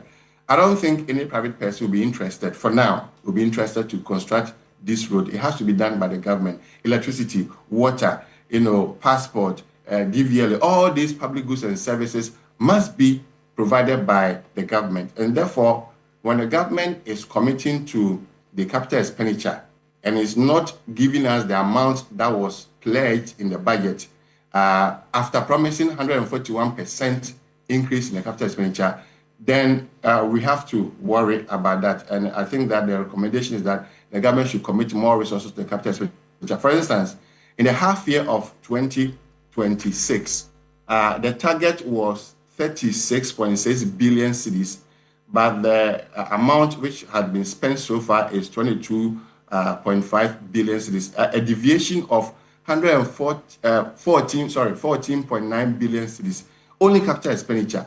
And I'm sure this 14.9 billion cedis could have been used to construct the road that you were complaining about, that I'm complaining about, which will ease traffic, increase productivity going forward. So it is a recommendation that we want to make so that the government can commit to the capital expenditure. I say this because in the classroom, we teach that aggregate demand is gotten from the investment expenditure, and plus other components.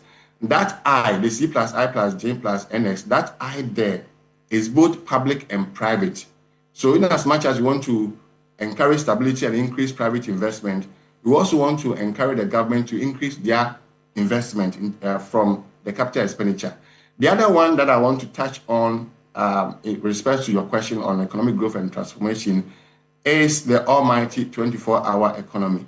It has been politicized, but from the research point of view, I would say that what was promised as 133, for me, I didn't see it as feasible. But hey, it was promised by politicians. But if you go and read the 24-hour economic document, as CPS, we have done a thorough review of the 287-page document. When you read that document, fantastic ideas. I would say that is one of the best documents I've ever read, where it has diagnosed the problem of the economy and has made recommendations on how to move forward, grow and transform the economy before they get to the 133. So you get a sense that when you're reading the document, you get a sense that the 133 is only a destination. When you read page 18, they said that the 133 is only a destination. Economic transformation is a process. Simply put, we have to transform the economy before we get to the 133. But this was not what was promised. I leave that one to the politician.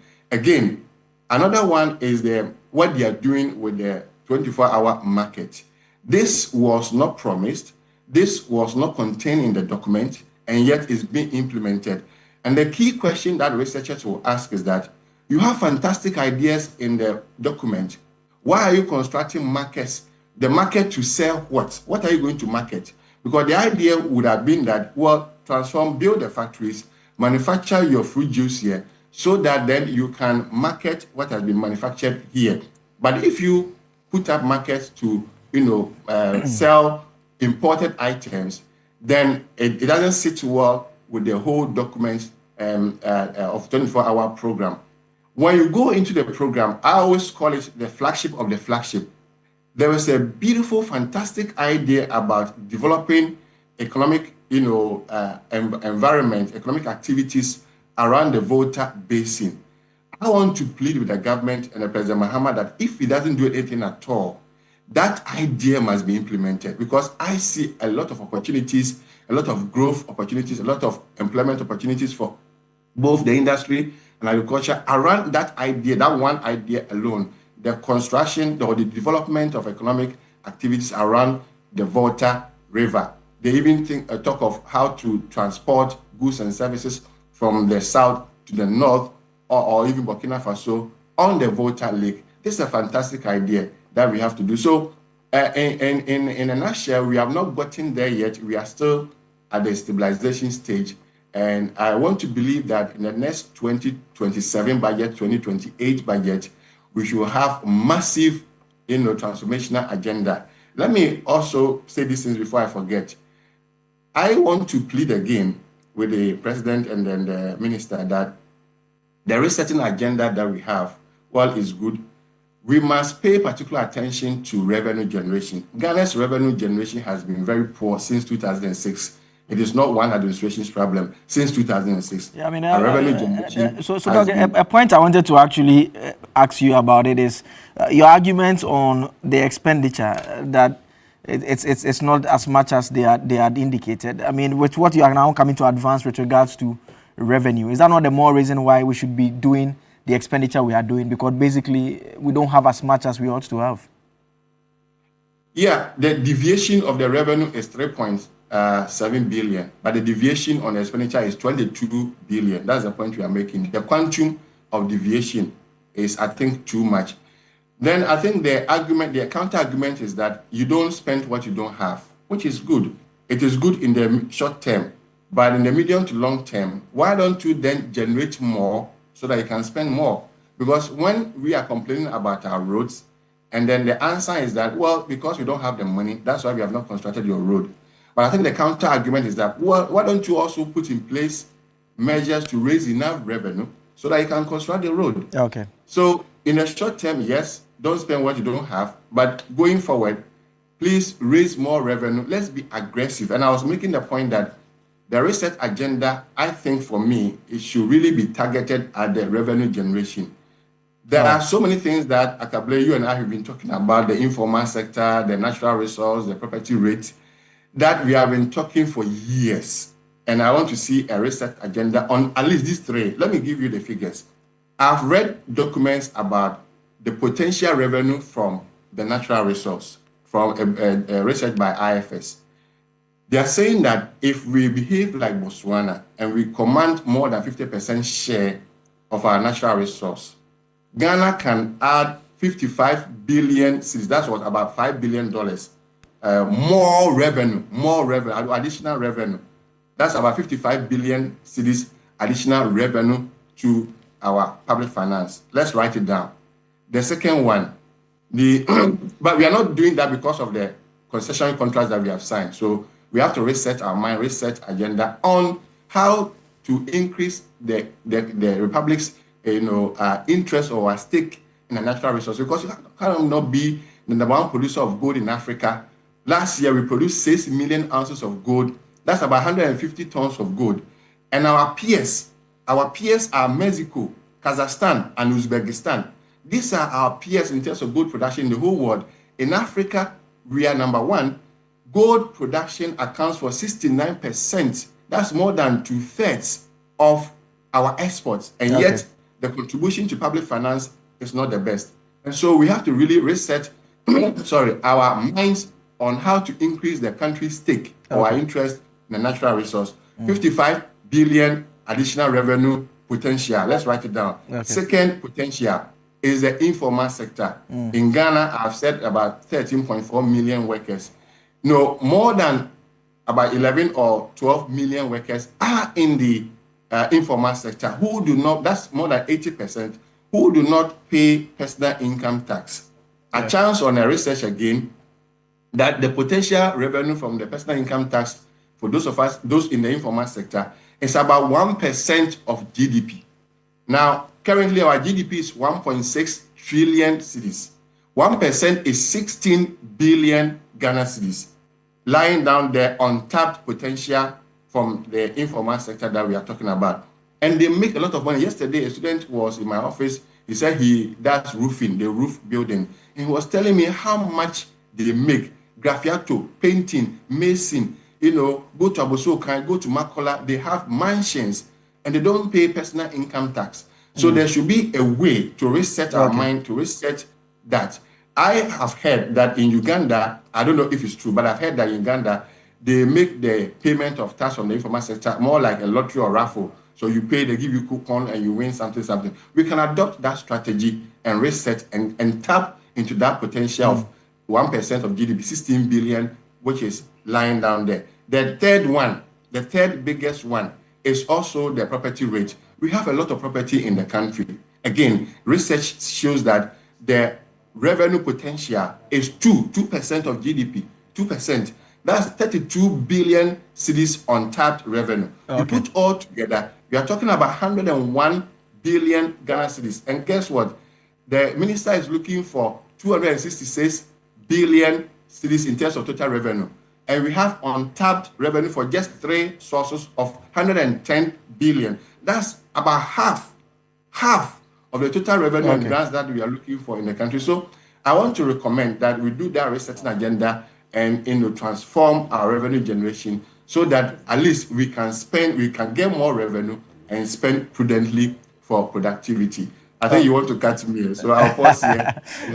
All right, sure. Thank you very much, Doc. I'll come back to you once again for a bit more on this. Let me come to Ebo in studio as well.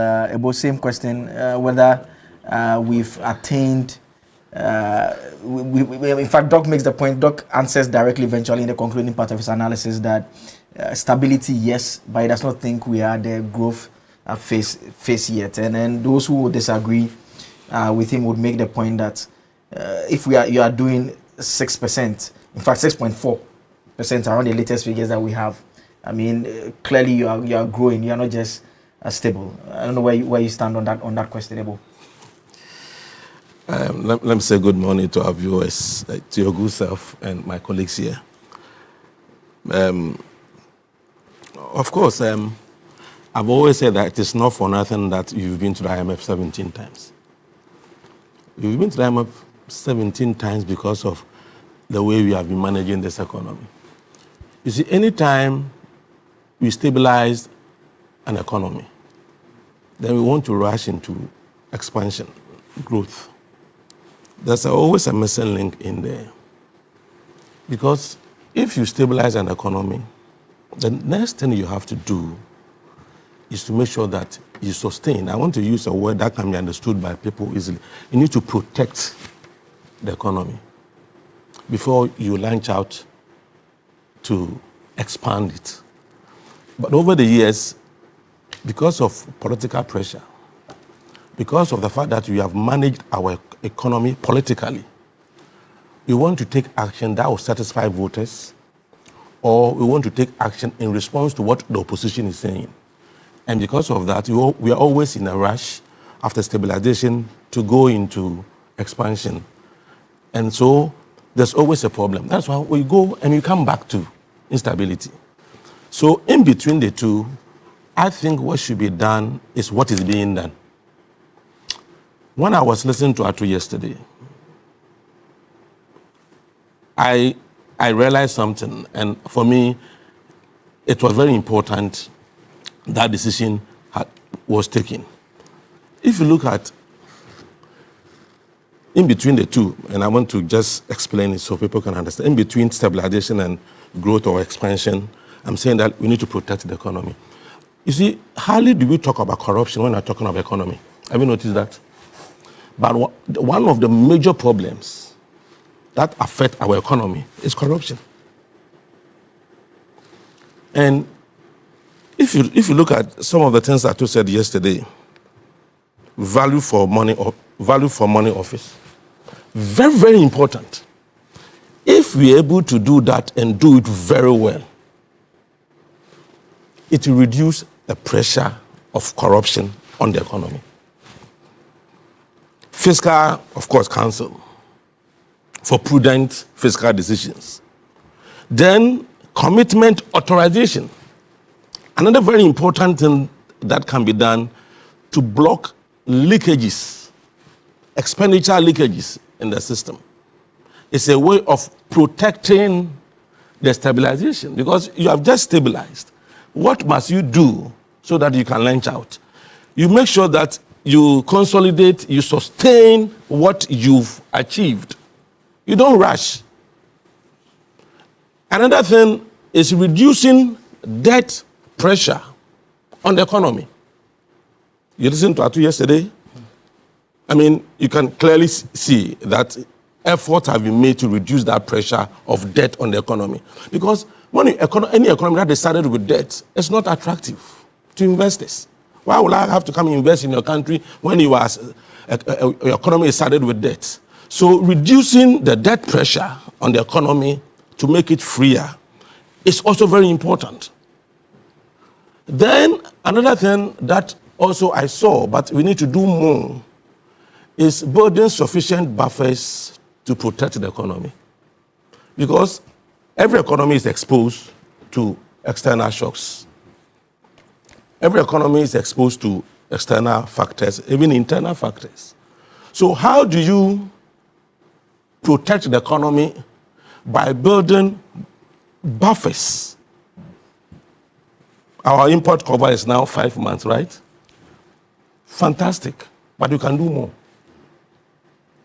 You can do more. I have said there are 4 buffers that we need to build if really you want to protect this economy before you can launch out. And I call them the 4 Fs, buffers.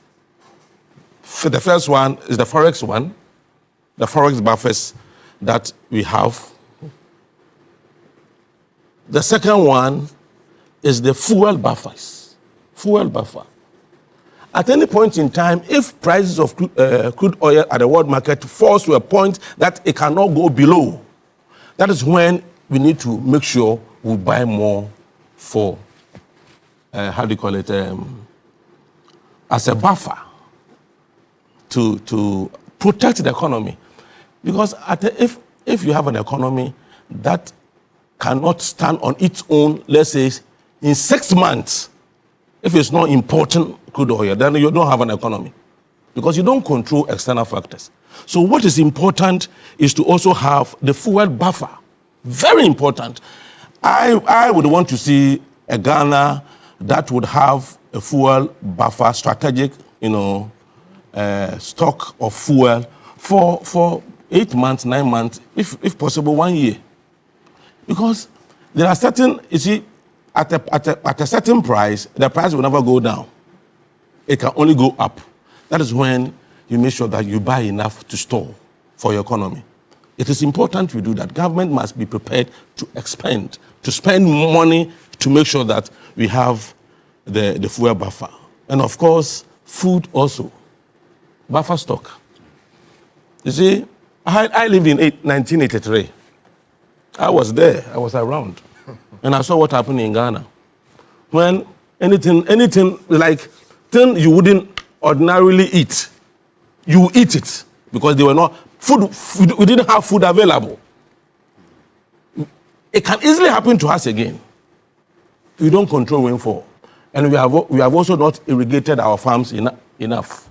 So having food buffer is also very important. That should something happen that we are not going to get food for the next 6 months, you can't import food. How are you going to survive as a nation? That is one thing we also need to look at. And the last one, the last F is fiscal buffer. Fiscal buffer. That is where I want to say that it's at the moment what you call the Ghana Stabilization Fund. You see, we finance it with only revenue from the oil, isn't it? What about cocoa? What about gold? Can't you take a certain percentage of our export revenue from cocoa and gold and other minerals, and even the normal tax, the tax revenue? Can't you take a certain percentage to put it also in that fund? Can't you amend that law so that in terms of buffer, we can have these 4 buffers in place to protect this economy? For me, you see, these are the practical things we need to do to solve our problems.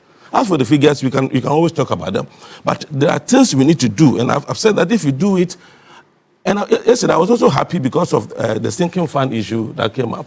Another way of protecting the economy from debt pressure is to have a sinking fund. I was happy Ato said about 16-point-something billion is currently in it, and we are targeting about 30 billion so that we can pay off our debt next year. Because our debts in the next 2 years, crazy. It's crazy. Yeah, so that's what I'm saying, that, you see, if you don't take care, we shall go back. That is why I'm so much concerned about what has to be done between the two to ensure that we protect this economy from shocks, from debt pressure, and from corruption. It will help us a lot. But you see, with that said, I think what this government can do is what the government has done. When you have just taken over an economy, a troubled economy like this government took over from the MPP, the only thing they can do at this stage is to stabilize the economy. And I'm proposing that even after stabilization, let's not launch out so quickly. Let's see how we can protect this economy so that should we have any external shock, the economy can be robust, can be resilient, and would have the capacity or will be capable of withstanding those shocks. So, yes, but let's look at other areas. I think that, but that doesn't mean that you also don't invest in certain areas to ensure that we have a certain. I was just coming to ask you that. How do we marry that with the demands of the citizens? Yes, and people want to see their roads constructed. People want to see the jobs springing up. People want to see government fulfill its own promises. Yeah, but you see, I'm not saying that if you do this, don't do this. Where the emphasis should be is the point I'm trying to make. I mean, stabilization. You see, you don't remove your feet from the pedal. What you do is that you still keep the stabilization. At the same time, you're also protecting the economy. Then you are also launching out. But the emphasis should be at this point how to protect what you have achieved, so that they don't go, out of hand. So the point is that the government has created an environment for the private sector. Doc mentioned it. I mean, government's business is to create the enabling environment for the private sector to thrive. Given where we have come from, where our interest rate or lending rate was, and where it is now, given where our inflation was, and where it is now, given where our exchange rate was, and where it is now, I think government has done something that the private sector can take advantage of. To at least, even though I don't think it will still make them that competitive, at least they'll be able to do something within the environment that has been created for them. And that is what they have to take advantage of. And for me, Atu showed yesterday, and let me commend him, as I listened to him yesterday, let me commend him for doing something that I have expected our finance ministers to do, just to protect the economy. Kenneth Rata didn't do it. That is why we had a DDEP. Atu is doing something different. Let's support him and give him the necessary, so the president should give him the necessary support to do what he's doing. If really he's able to do what he has set out to do, I believe it will go a long way to help this economy. But when you come back, I have a lot of things to say, other things to say. All right, let me come to Doc now. And Doc, the same question, is the economy being transformed, or we are still at the stabilization level? And when you look closer at the numbers, there is the potential question of whether we are actually as stable as we are suggesting, especially in the last couple of months. So if you pick inflation, we've gone as low as 3.2, but around June, we are around 5.3 now. The minister makes the point that they are looking at 8% plus or minus 2 at the end of the year. Is that the level that we want to operate within generally? Because if we've come from that high level that we started off with, the 20s, we've come all the way down to 3.2, and we are hoping to get around the 8 there. It does beg the question that, are we really that stable at this point in time? I don't know how you deal with that first and foremost. The indicators actually shows that the economy has stabilized. But for transformation, it's still work in progress. Yesterday, I realized that there are a lot of lessons being learned from the past based on the budget review that was presented. In the past, one of the challenges we had is that we were not able to live within budget.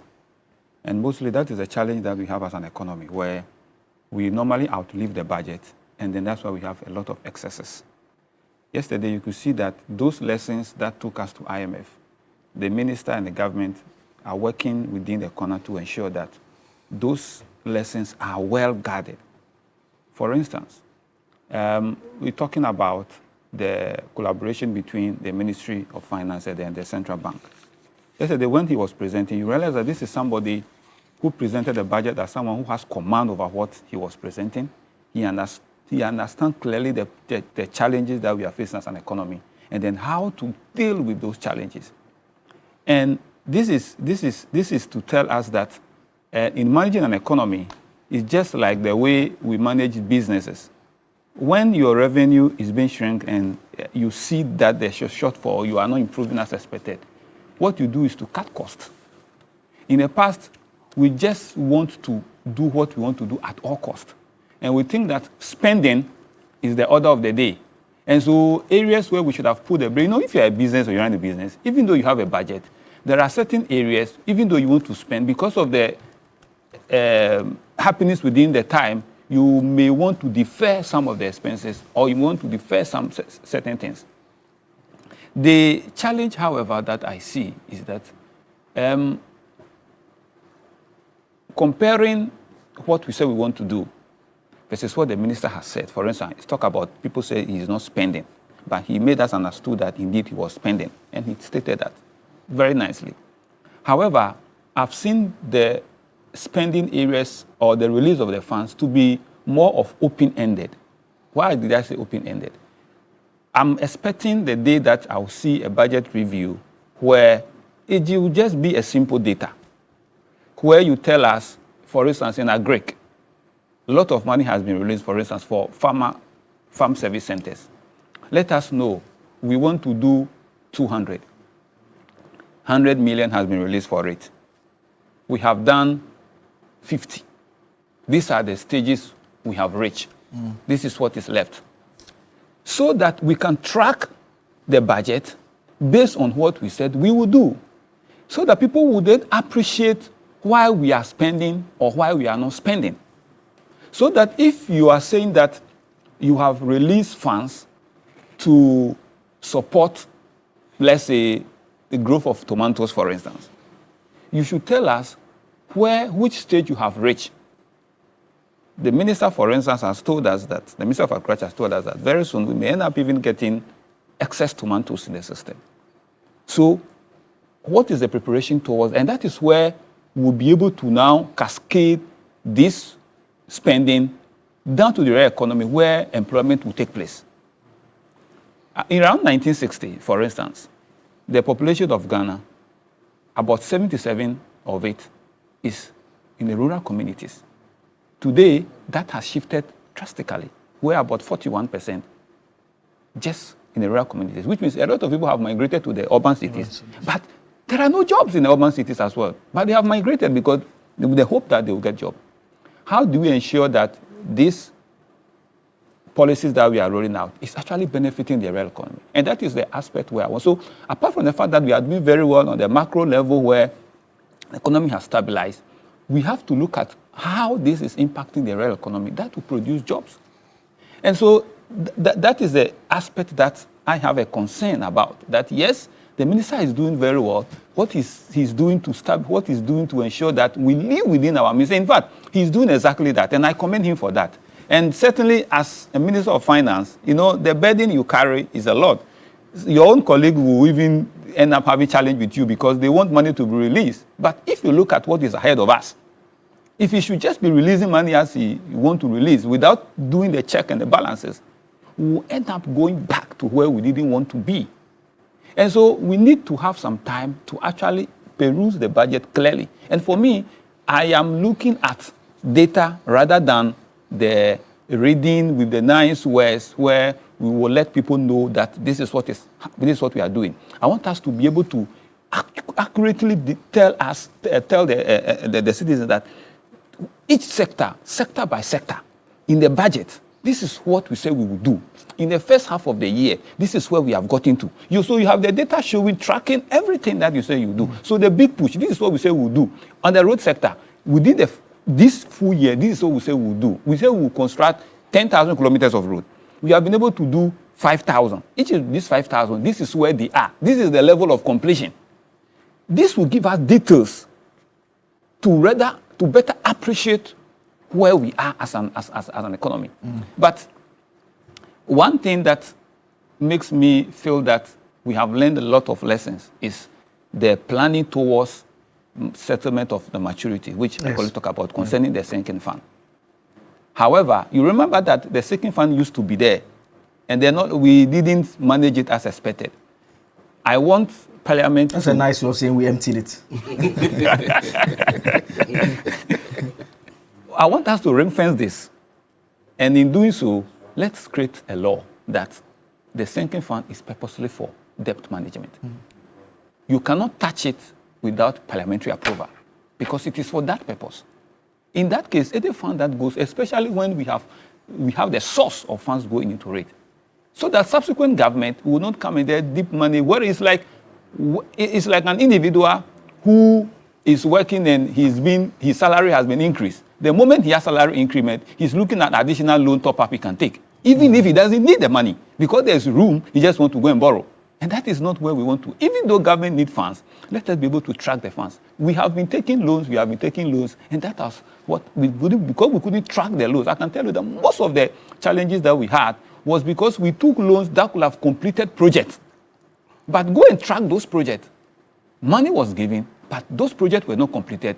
Successive governments have come, they have not continued, and we need money to do similar projects. And that is the challenge that we have. Policies of government, they look at most often, we look at the popularity of the policy rather than the impact that it will make. So, for instance, when we talk about one district, one factory, fantastic project. Unfortunately, we didn't see the result. Planting for food and jobs. And those are the lessons I want us to learn. We talk about planting for food and jobs. Unfortunately, within the policy implementation, we had a challenge with food. Today, we are also talking about Feed Ghana project. What lessons are we learning from the failures of planting for food and job so that it will not be repeated? We are talking about the financial sector, for instance. We say women's banking. Bank. And the question I keep asking myself is, in this dispensation of digitization, do we need brick and mortar bank? No. What do we want to achieve? You see, because the perception that is women's bank creates a problem from the beginning for businesses, because it is seen as bank belonging to a certain class of people in society. In Ghana, the business magnet we have, how many of them are women? They can pinpoint that they can do business with that bank and make money for the bank to be able to survive. The answer will be in the reverse. That's why it's being created, so that they spring up. No, you don't need that. Because you already have existing one. So for me, just like the 24-hour economy that we talk about. So people, for me, my understanding of 24-hour economy is not operating 24 hours. No. It is about availability. So if you are saying that you are operating a market, for instance, that is going to operate 24 hours. In my hometown, Somanya, for instance, I am a Crow. In my hometown, we don't need a 24-hour market. Otherwise, you would think that the market is going to operate 24 hours. No, it can't operate 24 hours. Because it is not a commercial city where people will get up in the night. Even the market women... You can't compare to maybe Osu, for instance. Exactly. The market women will not even go and sit in the market for 24 hours. But what it matters is that let the farmers who live within the community of Somanya grow what they will grow, let them harvest, bring it to the market, and then at all times, whatever you want to buy, you can go to the market and get it. If within the day you are able to get it, that is your 24 hours, because whatever you need, anytime you go, you get it within the day. Okay. That is fantastic. So I'm looking at the lessons that we should learn from the past so that we don't repeat it. That will cause us to overrun policies that will not inure to the benefit of the people. And that is where my concern is. All right. Thank you very much, Doc. Let me come to Honorable Issa now. And yesterday we heard from... Honorable Issa, so... Oh, yeah. Oh, sorry. That's true. That's true. So but I'm referring to you, actually. It's you. I was referring to you, actually. I was referring to you, yes. But Issa is my second name. It's your second name as well, right? You are the original. Right. Don't worry, I was referring to him. All right. Yesterday we heard from your colleagues, some who managed the economy, and Dr. Amin Adam, Abunose Asari, and Kojo Ponkrumah as well. And there are some who have said that if you look at the numbers closely, where this government took the economy from and where they are now, and the reaction that some of your colleagues present in terms of analyzing the budget, they ask questions that, is there a basis to even question it? Because during your administration, they say that the numbers were basically off the charts. I mean, you can go through, and those are numbers that you are very familiar with. I don't have to bore our viewers with. I mean, they will say that the MPP should not be the first to be criticizing the NDC and Dr. Tuforsin, to the extent that you are making comments suggesting that the economy is not being managed well. You are saying that it's artificial. Kojo Ponkrumah said settings. Are those fair ways of describing the economy, given the numbers that we know it? Thank you. Good morning to you. Good morning once again, my colleagues on the panel. I do not think that anybody could take the right of the former managers of the economy from also stating their opinions on what is happening. The previous time when a budget was being read, I recollect the minister going to the market to interact with traders. I mean, it was nice for the cameras. Yesterday, your camera went to Makola, Buahima. If you could play the clip, the reaction, the contrast between the two is the reality that we are faced with. We're talking about stability. The numbers are showing the economy is growing at 6.4% in Q1. Fair enough. But you see, when you drill down, that is where the reality hits you. Look at the contribution of agric, industry, and services. Industry, which grew at 1.9 in Q4 2025, is growing now at 6.9.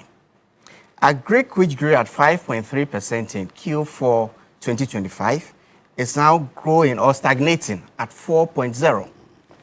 These are Bank of Ghana data. That's what's in front of me.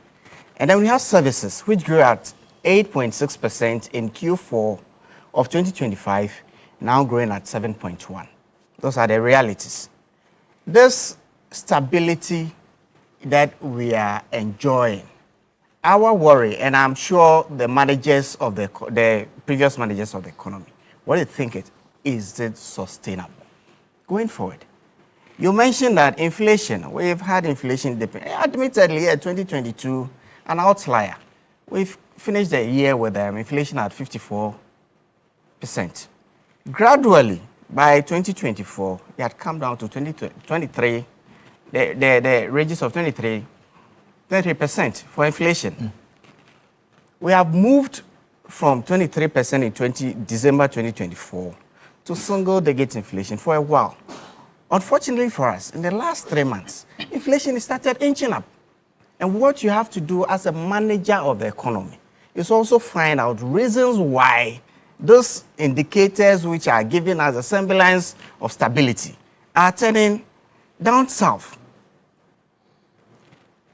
Bank of Ghana data is telling us that the biggest contributor to inflation inching up is cost of production locally.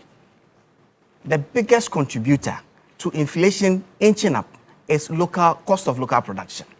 And that's the reality. This is where we drill in to be able to sustain this stability that we are touting at this time. Further to that, look at our exchange rate. In 2025, the cedi appreciated by about 40%. All well and good. What is happening to the cedi from January to date? Every month is depreciated. Depending on which data you look at, between BOG and the market is between 8 and 10%. And the implications are there for all of us to see. Its impact on our public debt. You won't even borrow as a government, but merely by the exchange rate changing, shifting, it affects the quantum, the stock of public debt that you have. And so these are what the indicators that we are calling the government to keep an eye on. Okay. Because they are the drivers of the stability that we want to enjoy. Further to that, look at gold. Gold prices has inched up significantly over the last couple of months. Hitting 5,000 at the highest. It's also started dropping. We need to keep an eye. And it's just the attention that we are calling, and it's a reality of the situation that we live in now. If or when the props are removed, what is going to remain for us? Are these performances something that we could sustain over time? Because look, for us to enjoy the benefits of whatever stability, whatever sacrifices we have made to bring this economy to this stable situation, we need to sustain it. And I agree with Bachman. We need to sustain it. And in sustaining it, we have to drill down. Look at those macroeconomic indicators that we are touting today. Look at the macroeconomic indicators that we are touting today and be able to sustain them. When they are sustained, then we'll be able to sustain the stability, to support the economy, to grow much bigger. That's what we all want. If the Ghanaian economy does well, I enjoy. I am a Ghanaian. Why would I wish that we are not doing well? To get power. And you cannot also take my right away from me. That because I am in opposition, I'm sure that's why Ghanaians voted for the NDC. Admittedly, we had challenges in 2022. Yeah, but in your analysis, you are carefully picking on the figures that have started going in the wrong direction. On the other hand, if you pick something like real GDP growth rate, it was 6 in 2025. The figure we have so far, like you said, was 6.4. I mean, if you pick debt to GDP, for Q1 is 6.4. Yes, yeah. if you pick debt to GDP, it's gone down from 61.8 at the end of 2024. We are around 45. Certainly, I mentioned the impact of the exchange rate even on our public debt. Yes. Whilst the city appreciated, I mean, we quote our debt stock in cities, but realistically, they are dollar I denominated. mean, the response would be that And it's so, because they are managing the economy well. That is why the city is looking that way. Hence the impact the management. on the I mentioned the impact of gold on this whole thing. When I drilled down on the growth rate, I mentioned that industry, and let's keep an eye on there, which grew at 1.9 in Q4 2025. In Q1 2026 is growing at 6.9. Agric, on the other hand, that grew at 5.3, is growing at 4.0. And so this all of this impact, that has direct impact on our economy. So be it but the problem would be that if you pick Q4 and you put it against Q1, that one would be fair. I mean, I think a better reflection. Reflection because of the way we do our business. But we are looking at quarterly data. Yes, we are. But I'm saying that the way we do our business in Ghana, the way we do our business in Ghana, there are different parts of the year. No, that's fine. That's fine. But quarter to quarter, there's a reason why we present data quarter to quarter, and not. I mean, we had a mid-year review. Okay. And in the mid-year, we would have had 2 quarters and not an annual figures to compare. Okay. It takes 3 months before we get a full figures for 2025. And so, how else can we compare like to like? Okay. And those are the realities. Okay. I mean, yesterday we had the minister go to Parliament to do a mid-year review. Who would have thought that 17 months into the government of the NDC, the minister goes to Parliament to present a mid-year review and not mention 24-hour economy? This is a policy that they promised us was going to give us 1.7 million jobs over 4 years. In the main policy, the budget for 2026, we're told that the Big Push initiative alone is going to generate 470,000 jobs. I had expected the minister to give us an update. 470,000 jobs. Where are we today? Oil palm development. He mentioned that there are plans to get $500 million from the World Bank for that initiative. He had told us in November last year that that initiative alone was going to generate 250,000 jobs.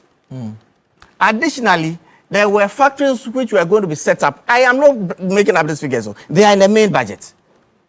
Factories were going to be set up that were also going to generate additional 20,000 jobs. If you put all of these initiatives together, it's about 760,000 jobs. And so I wish that the minister gave me an update on where we are. Thankfully, I heard on the oil palm development. But you see, when within a year you have promised me 250,000 jobs, and then you come back to me mid-year to tell me that we are now doing financing arrangements, it's one thing. It's one thing for me to take. So what happened yesterday? We listened to the minister. The semblance of stability that we're enjoying. We keep saying that, look, for the performance of the economy at this time, right? If you look at how we have managed our currency, how we've been able to bring resources from, directly gold. Professor Bokpin has a famous quote. He says that if managing an economy is just selling off your resources to shore up your currency for you to look good, then it's easy. And that's practically what we are doing now. We are using our gold resources to manage our currency, shore up our reserves. But the real sectors of the economy that will generate jobs, it's not happening. It is not happening. And those are the challenges. Those are the real challenges that we have to keep an eye on. And it's not about us going and the pop and the pageantry. We've seen it all before. We've seen it all before. And let us not go through the cycle again. Where at one time, semblance of stability is, and already, within this week, this Honorable Isao, already, I'm gathering that we have about $1 million of loans in Parliament. And it's a reality. 300 million for free SHS, 500 million for oil palm development. I don't know which are these. Almost $1 billion. We don't have oil palm development 500. Oh, but the minister mentioned it. 500 million is for 1,000 kilometers of feeder roads. Okay. No. For the oil palm, oil development, you mentioned $500 million. Okay. Already we have $1 billion on our in Parliament being considered. Okay. These are the realities. Just when the IMF left, even before the board of IMF meets to actually close the file on our ECF, we are already back to square one. Look, further to that, this PCI initiative, I think it's something. Somebody described it as, oh, maybe the absence of the headmaster himself, but the assistant headmaster will still be there with a stick in his hand, ensuring that you do the right thing. And if that is what that will take to ensure that we have some policy credibility, so be it. Okay. But it means that we are still clamoring for some external help and it's not bad in itself. We all want the best for ourselves. And so these are the issues that my other colleagues are calling. They are not calling for any hell to break loose, but they are being real. They have been there. They have seen it. If you go back to what our minister Ato was saying, either as the ranking member on the finance committee or as a minority leader, he wasn't saying anything different from what Dr. Amin Kojo Opon or Abna is saying today. Okay. All right. Let me come to the other Honorable Issa with me here. Because you are from government, you belong to the NDC. Yes. I would allow you first to, and you have to manage your time very effectively. To deal with. You've given them. No, everyone was timed. But hey, there will be, yes, everyone was timed. All right, I have all the time. I'll manage the time. Yes. I would allow you, because you've taken those, deal directly with the ones you want to respond yes. to. Then I have specific questions for you as well. So let's before I make my submission, let me say good morning to the viewers and to the good people of Sanargo and to my colleagues in the studio. I want to make this preliminary observation. First of all, you don't do Q4 and Q1 comparison. That's not a good metric of comparison. You and I know that when you come to agri sector, currently, farming season is about to start. And which quarter is this? So a lot of the actual spending and even the results of the agriculture sector will not be material from January to March. So if you compare Q4, where most of the harvesting and all those expenditures are taking place, and you now compare it to Q1 when nothing is being done, that will not be a fair assessment. The same with manufacturing and others. Even government spending, commitment authorization will exceed me. In fact, when was the budget approved? Commitment authorization, it takes time. Government procurement takes time. So you do not compare. That's why if you want to do a best estimator, is to use first quarter of 25 and first quarter of 26. Or you do Q4 of 2025 and then Q4 of 2026. That's the best measure in terms of comparing. Then the second issue too is that, look, the IMF has already provided the best indicative matrices of assessing how an economy is faring. So it is not in my mouth or the mouth of any of us to set our own matrices. There is global accepted benchmark on indicative indicators of assessing how an economy is faring. And I want to go through the indicators so that every Ghanaian listening to us will know whether the government is doing well or not.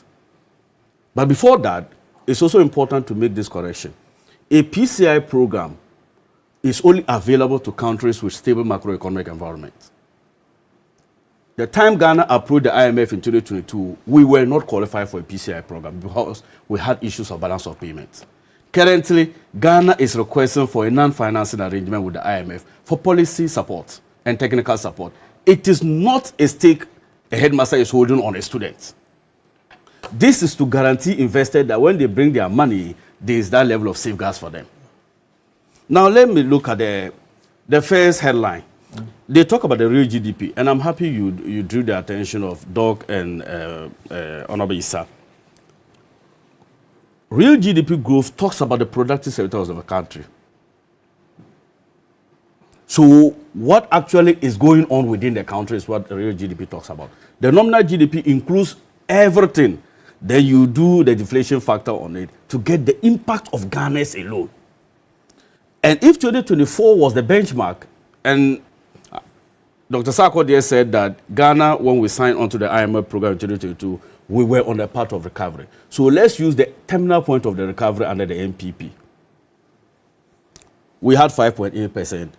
2025, we did 6%. And currently, in Q1, we are doing 6.4%, like you said. It is so important for me to say that inflation of the 54%, let Ghanaians be informed that it wasn't only an outlier in the history of Ghana in terms of the Fourth Republic, but also an outlier in the rest of Africa. Despite being hit with COVID-19 in African countries, exposed to difficult financial and domestic market challenges, African countries were still doing, some were doing 3.6%, some were doing, the highest we saw in some other countries were 18%. In fact, if you look at our neighbors, none of them crossed 20%. But Ghana alone did 54%. And this cannot be an outlier for only Ghana, because we have the same set of macroeconomic situations like Nigeria, like Togo, and the rest. How come we jump 3 folds than that of those neighboring countries? Debt to GDP ratio. I'm surprised it is a crime for Ghana to be benefiting from our exchange differentials. We are managing our exchange rate well. So all dollar-denominated debt is seeing a fall. And I don't think we should rather be sad with that. At a point, before we implemented the domestic debt exchange program, Ghana was hovering towards 104% debt to GDP ratio. So if currently somebody is doing 44%, it means that Ghana is on the path of debt sustainability. And I like what Doc said. Most times the problem of this country has always been how we manage our fiscal deficit. Because of election appetite. 2012, we saw what happened. 2016, we saw under the IMF, but for the IMF, you would have seen what would have happened. 2020, we saw a double-digit fiscal deficit. So at every time, African countries' problem has always been not living within its means.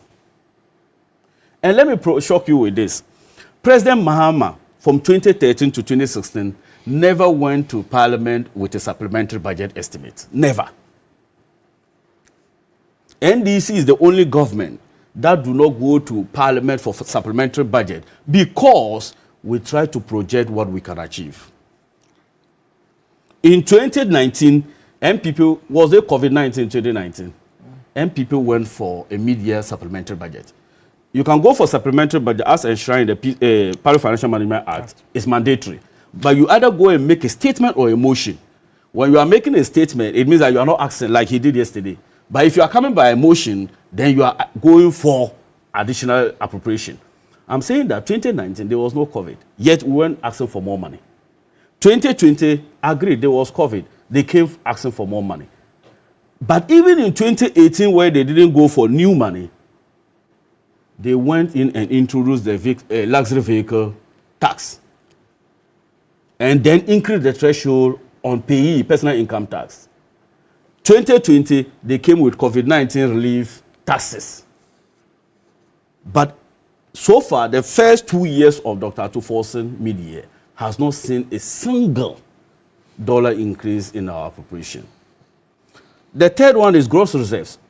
2024 was 9.1 billion, 2025, 13.8 billion, and then quarter one alone, we are already doing 12.9 billion. And then primary balance, I won't bore you with that. Now let's come to the macro performances. Look, it's important for Ghanaians to appreciate that growth in itself, like they said, doesn't generate translation into the livelihoods of people. But there are other matrices, global institutions like the IMF, the African Development Bank, the World Bank, and the rest, demonstrate that when you have growth rate like this, there are human or welfare matters or indicators that you use to access inflation. Let's not deceive ourselves that inflation of 5% does not mean that prices are not supposed to increase. I hear the propaganda that, oh, if you say you are doing well with inflation, why is prices still increasing? But if you were using 23.8% in 2024, you see a real savings in your income. Even take an item of 100 Ghana cedis, and you do 20% of 100 Ghana cedis, that's 20 Ghana cedis. An increase in inflation of 20% would have meant the price can change by 120. But if it's now 5%, it can only increase by 100 to 105 Ghana cedis. That is a savings of 15 Ghana cedis. It does not mean that actual fiscal cash has been given to you, but the slow pace of growth in inflation numbers means that you are receiving real earnings in your income. Now, let me also go to the expenditure performance, and that's where the MPP are very big. Until he came to do the presentation yesterday, I heard the minority. They did a press conference before he did the presentation, and they said revenue is underperforming. Did you hear that? Yeah, that's right. Good. But I will demonstrate to listeners that Dr. Atuforsen is one of the finance ministers in many years to achieve greater revenue mobilization. In fact, we only did a shortfall of 0.1%. But let me go to year 20. No, if you compare the first half year, our target was 7.8% of GDP, and what we actually got was 7.7% of GDP. 0.1. But let's go to the performance of our revenue and expenditure from 2021 to 2026. If you look at 2021, the MPP target to raise 72.5 billion Ghana cedis in revenue. They got 70.1 billion. Yet, Doc, like you said, they planned or they targeted to spend 135.6 billion. They ended up by spending 109.5 billion. They didn't meet their revenue, but they still outperformed its expenditure by over 30 billion Ghana cedis deficit. In 2022, they planned to raise 96.8 billion. They also missed by 96.7 billion, just the 1% that I talked about. Yet they overspent their budget by almost 25 billion Ghana cedis. If you look at 2023, they targeted to raise a revenue of 176.4 billion. They only managed to raise 136 billion. Yet they spent 167 billion. Outspending it by also 35 billion Ghana cedis. In 2024, they expected to raise 177.2, though it was more than that, but they came through a revision. They revised the budget in the mid-year. They ended up by getting 186 because they had actually projected 222 billion, but they came through the mid-year to revise its revenue projection to 177. Yet, do you know how much they spent? They spent 279.2 billion Ghana cedis. This is the record. The record suggests that you underperform in revenue, but you don't disappoint in expenditure. And that is why your debt accumulation has been massive. Because there are two ways of financing your deficit. Either you do it by taxes or you do it by borrowing. And the taxes for 2023 and 2024, they knew very well that the Ghanaians will punish them politically. They took the risk of debt accumulation. And that's why President Akufo-Addo has been the only president to borrow more than 13 other presidents combined in the history of this country. So if you look at those records, you will see that Dr. Atuforsen is doing well. Now let's look at the various commitments the government is doing. And I'm very happy yesterday when I heard some of the fiscal consolidation that we are trying to implement. For example, the public and AI technology at the port. I was very happy to see the performances so far. Over $300 million the country was losing through under declarations. These are ways of everybody on this table has talked about how we can mop up revenue. People have even suggested that the revenue potential of this country is about 2% of GDP. These are avenues that we can deal with in order to raise more revenue for the government. In fact, currently, the Finance Committee is already considering a new VAT bill that introduces customs at the border, cross-border transactions. Right now, if a vehicle is coming through Burkina, at the first point of entry, they do under declaration. Either they talk to the officers over there to have that deal. There's no electronic version that government can independently ascertain like we are seeing in the port. So these are measures the Ministry of Finance is putting in place to make sure that we block revenue leakages. Look, public debt. My issue was not just the borrowing. My issue also was the utilization of the borrowing. In fact, if you look at the over 700 billion Ghana's President Akufo-Addo left for us to inherit, almost 112 billion was as a result of exchange differentials. Like he rightfully said, all dollar-denominated extended debt, when they converted it, at the time of repayment, it naturally will increase because you couldn't manage your exchange. But aside that, will you believe that the IMF, the MPP, the $500 million that we had just signed in Parliament now, the first of its kind under these 2 years, that 500 million, the discussion was initiated by the MPP government, and Ghanaians should listen to this. When we inherited, the World Bank approached us that the previous government had approached the bank for this amount of money for road infrastructure. The 500 million for the road infrastructure. Out of that, 38% of that 500 million was earmarked for consultancy, capacity building, and purchase of vehicles. Come on. In fact, I dare you to contact your finance committee, members of the finance committee. The World Bank is not some. No, please hold on. Oh no, wait. I'll give you an example. I'll give you an example you are comfortable with. The Garrett project. I was going to say. How much did you spend on consultancy? $22.9 million. You should be wrapping up now. So I'm saying that the reason why this disbursement is only coming now is because we needed to renegotiate the terms. Okay. And it was made clear to us at the finance committee. Because of time, what I will do is that I wanted to just explain that the 300 million is not for the oil palm plantation. It's for the 500 million. Okay. It's for the feeder road improvement program. That is to connect agriculture sites to that of the market. It is.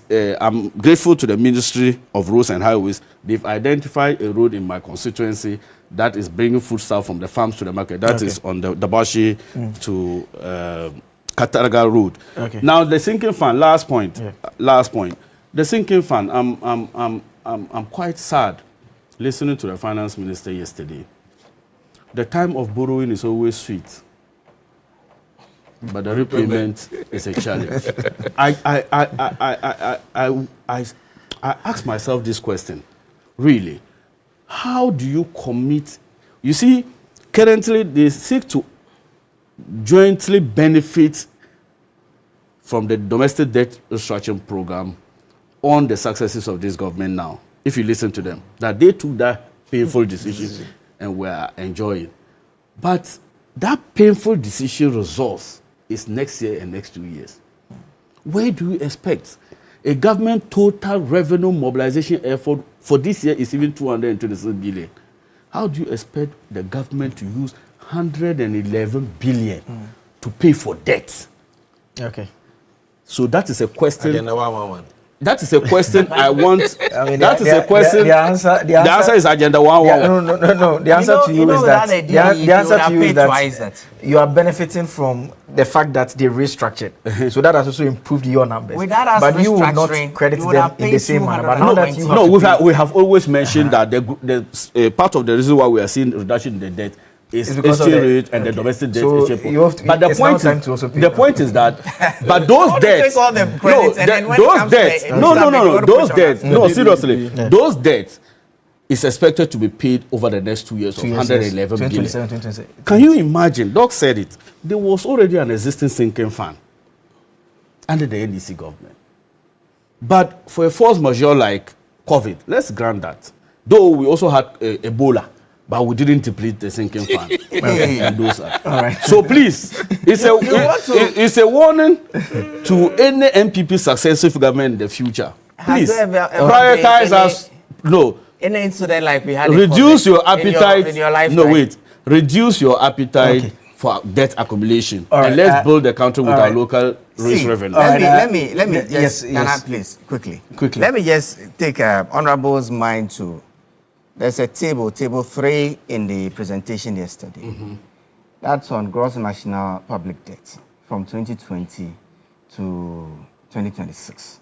Yes. Even before that, figure 7 also gives an indication of the debt accumulation that he referred to.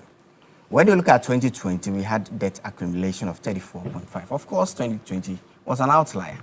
I was an MP when COVID struck. and we had to scramble everywhere to ensure that lives So were preserved. which of the years? Lives were preserved. The effect of COVID was felt globally for 2-3 years. Subsequently, we had debt accumulation also at 36.2 in 2023. When you take these outliers off, historically from 2017 to 2024, we had the lowest debt accumulation rate. If you look at the dollarized amount in our public debt. Oh, why wouldn't we hide it? We borrow in dollars. When you mention these figures are not mine. You should be seen within the context of the economy.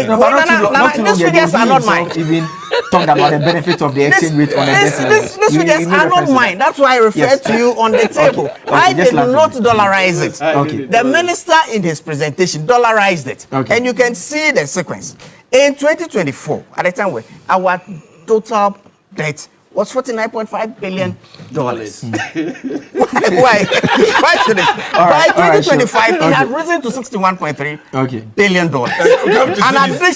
An addition of $11.8 billion. These are not my figures. I did not convert them into dollars. I am reading from the minister's document. So you cannot tell me that Nana Akufo-Addo's government was the government that accumulated all that. You have added 11.8 in 12 months. That is what we are looking at.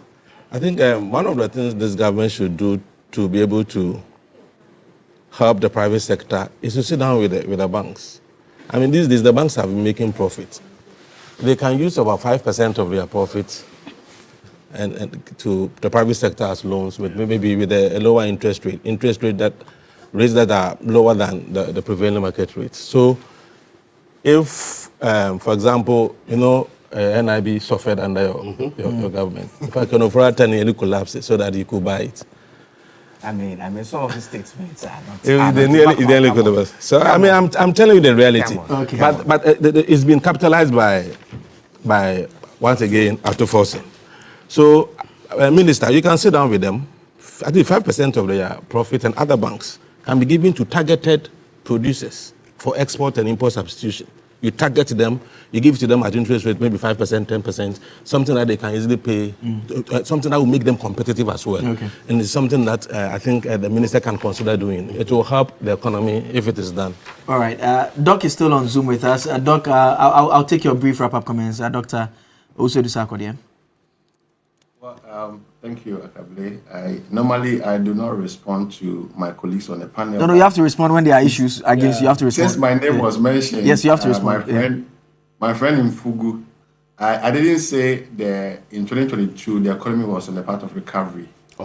I said that the economy was in difficulties in 2022. That is what necessitated the IMF program. And by the end of 2024, after the elections, when the new administration took over in January 2025, the economy was on the path of recovery. These are not my words, these are the words of the IMF. And the figures support that. I'm not sure any Ghanaian will dispute that. Okay. But let me give my concluding remarks on everything we have discussed. I think that going forward, we should try and transform the economy. When we are even talking about sustaining the gains that we have made, we cannot bank our hopes on commodity prices, right? You and I know that we have benefited from commodity prices of gold and cocoa, prices that we do not have control over. So we cannot always continue to rely on commodity prices. We should do the transformation, the structural transformation that we've been talking about. It will rather help us sustain the gains that we have. And another issue I want to talk about is the fight against inflation, the cost of living. I just chanced on the recent release by the Ghana Statistical Service. Let's look at the items that are driving Ghana's inflation.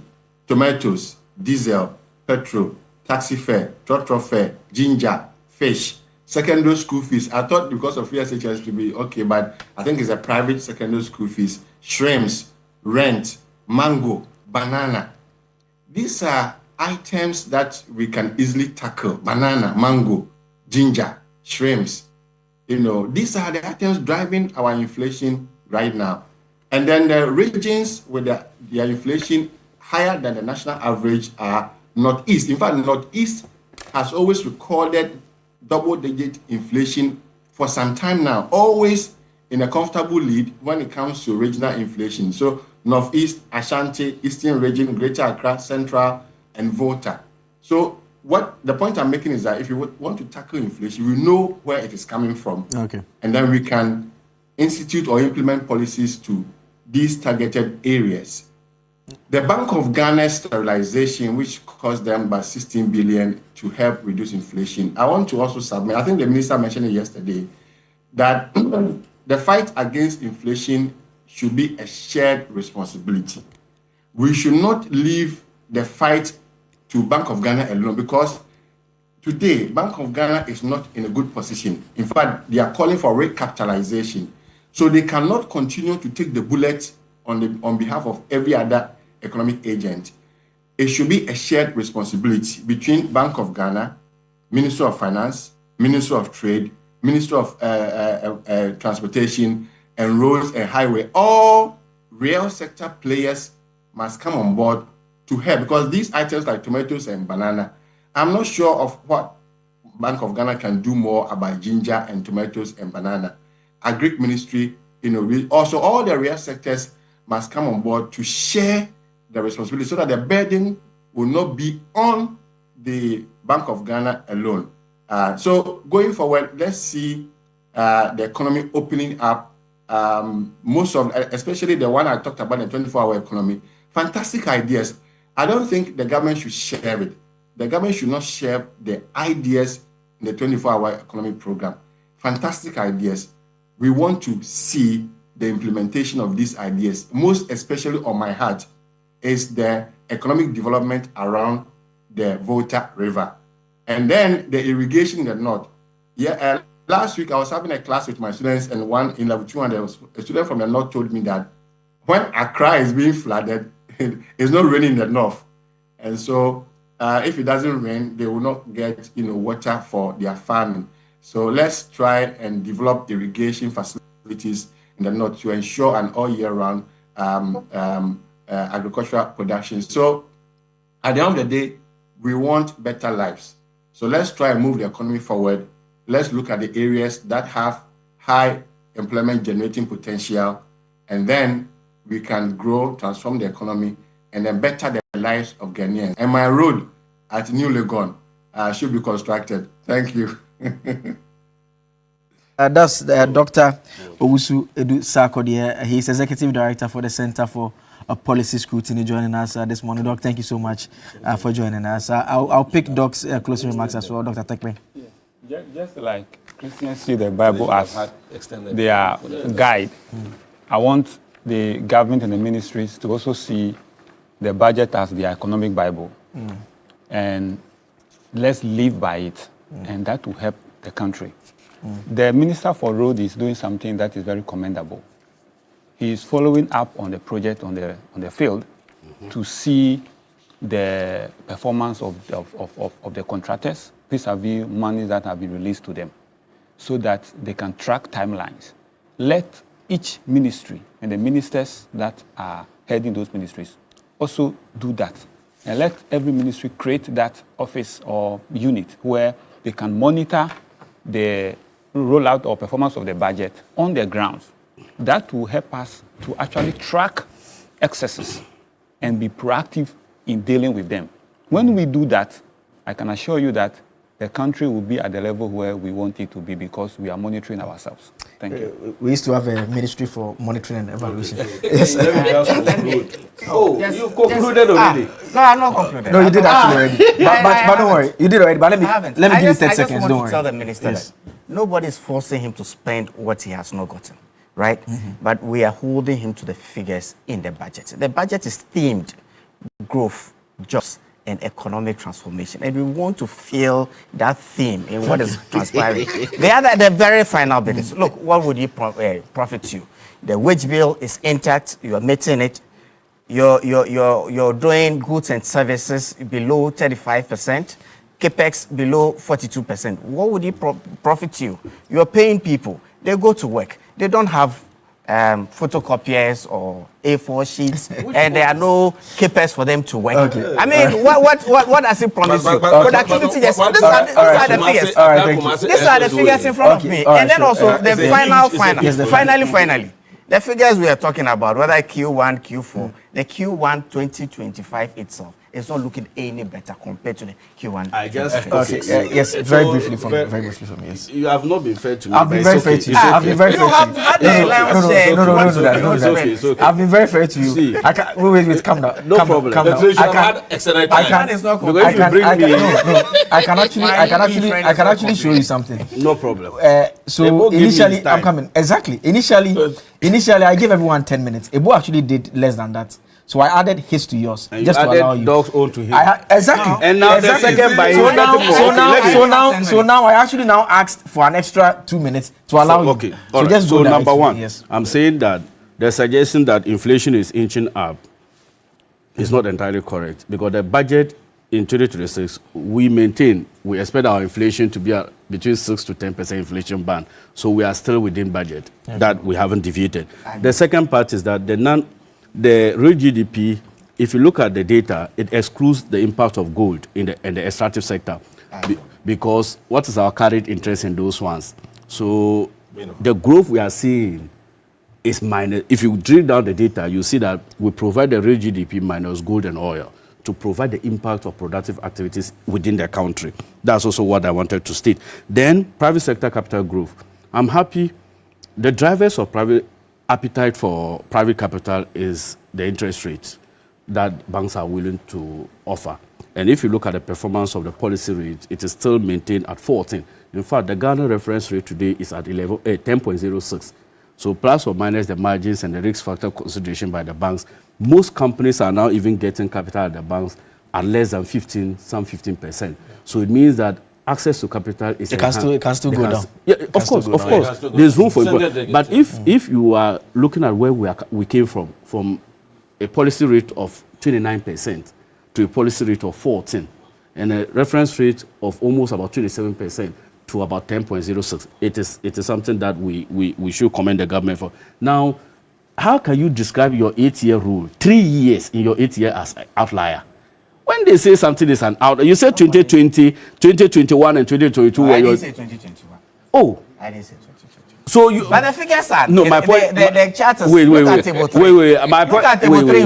My point is that you don't describe those years. You have only 8 years. So if it was only a 1 year item, you say, but 3 solid years, you can't call it an outline. My final point. What they didn't do, you should have commended Ato. My final word. My recommendation of Ato. Please let's allow him. My final point is that you people don't be too quick to ditch the Ghana cedi. This is our functional and our proud currency. When you are quoting the debt levels of this country, come to the Ghana cedi. This is the verdict of the World Bank on the multi-poverty dimension. It reports that the multi-poverty dimension fell from 24.9% in Q3 2024 to 21.9% in Q3 2025. You see what I was telling you, how they compare Q3. So equivalent to about 950,000 people moving out of multi-poverty dimension. So what I seek to get from this data is that, yes, the economic successes that we are seeing has an impact on the livelihoods of people. Sure. That's Honorable Ata Issa is MP for Sanerugu. Thank you for joining us this morning. Also joining us this morning in the studio was Ebo Bakman. Ebo Bakman is with the United Party. He joined us in the studio as well to help us with the discussion this morning. Fuseni Issa is also former MP for Kaikwe North. He joined us as well. Dr. Peter Tekwe is a policy and economic analyst. He joined us as well. And Executive Director of the Center for Policy Scrutiny, Dr. Wusu Edusakode, also joined us via Zoom as well. As always, a big issue is sponsored by the University of Gold Coast. We'll take a quick break. We'll be right back with the latest in the world of sports and other interesting discussions to hold on to. Thank you so much on New Day.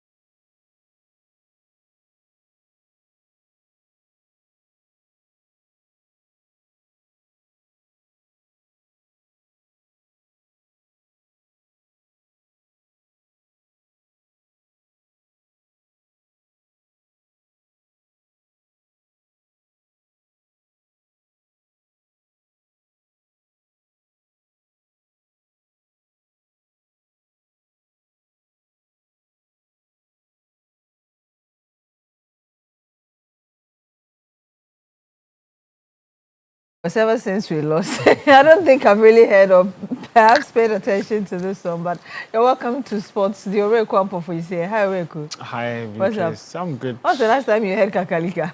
After we came back home. I think, yeah, the World Cup.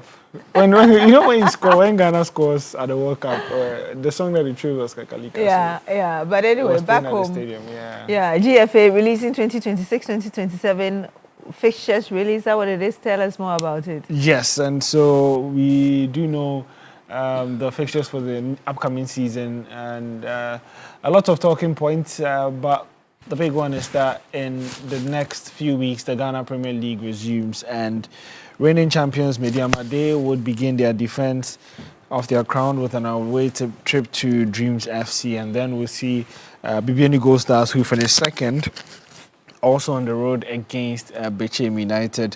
Heart of Oak will welcome Berkum Chelsea in the opening match. And then there are interesting games like Aduana traveling to Pando to face Heart of Lions. But for arguably the three biggest clubs at the moment, Asante Kotoko, Heart of Oak, and then the reigning champions Mediama, this is how their first 5 fixtures look like. For Kotoko, they face newly promoted WB United and Heart of Lion, Samatex, Aduana, and then for Heart. I haven't heard of my Samatex in a very long time. Yeah. And then for Heart of Oak is Berkum Chelsea, Gold Stars, Bechem United, Kerala United, Dreams FC, and as I mentioned, Mediama Star with Dreams FC. They are home to newly promoted Port City FC, and then there's Vision Holy Stars, and then another promoted team in WB United. And now we have the pre-WAFCON friendly. You know, I always talk about the Queens. An emphatic 4-0. Yeah. That's great. Yeah, I think it's the perfect way to sort of usher themselves into the Women's AFCON, which begins this weekend. And there were some questions and concerns after the goalless draw against Tanzania in a friendly just a few days back. However, I think that has been put away with this magnificent performance by the Black Queens, beating Malawi by 4-0, courtesy a hat-trick by Doris Bedua, who is one of the familiar names in the team. Kim Lasek again will be banking on her experience when they head to Morocco to play the Women's AFCON. But also, more importantly, there was a different person on the score sheet. That's Sharon Sampson. She has now scored 2 goals in the 3 friendly games that she featured in. Go against Ivory Coast as well in the friendlies. And so it's good to see different types of scorers, aside the fact that there are the ones like Doris Bedua, there's Evelyn Bedu, who the team will be looking for when it comes to the goals as well. I remember that the Black Queens, they would be involved in the Women's AFCON starting. Their journey starts from 29th of July. They play Cape Verde, and then they play Cameroon and Mali. And that will be it for the group stages. The hope is that they reach the last of the competition, because the reward for that is qualification to the Women's World Cup in Brazil next year. Let's watch the coach for the Black Queens. It was an important game for us to bounce back a little bit. We felt that we didn't perform in the best way against Tanzania, but in the same way we played in a very, very small pitch in that game, which I think actually helped Tanzania a little bit more. Today we were back in a normal stadium and normal size pitch, so the space was more open for us to play a better football, and I think we did. We are good in the defense again, another clean sheets. I don't know for how many you have in a row now, but many for sure. And then to score 4 goals forward, so 4 goals forward, so I'm happy with that, of course. So we're building from here. I think we're going to see a team, and I hope so as well, of course, that's just going to improve more and more for every game. Many players have been a little bit off season, but step by step, the most of the players is getting better and better. We can see that in a technical aspect, many did their best game today. So hopefully we will be even better prepared in the next week, and then for grow into the tournament.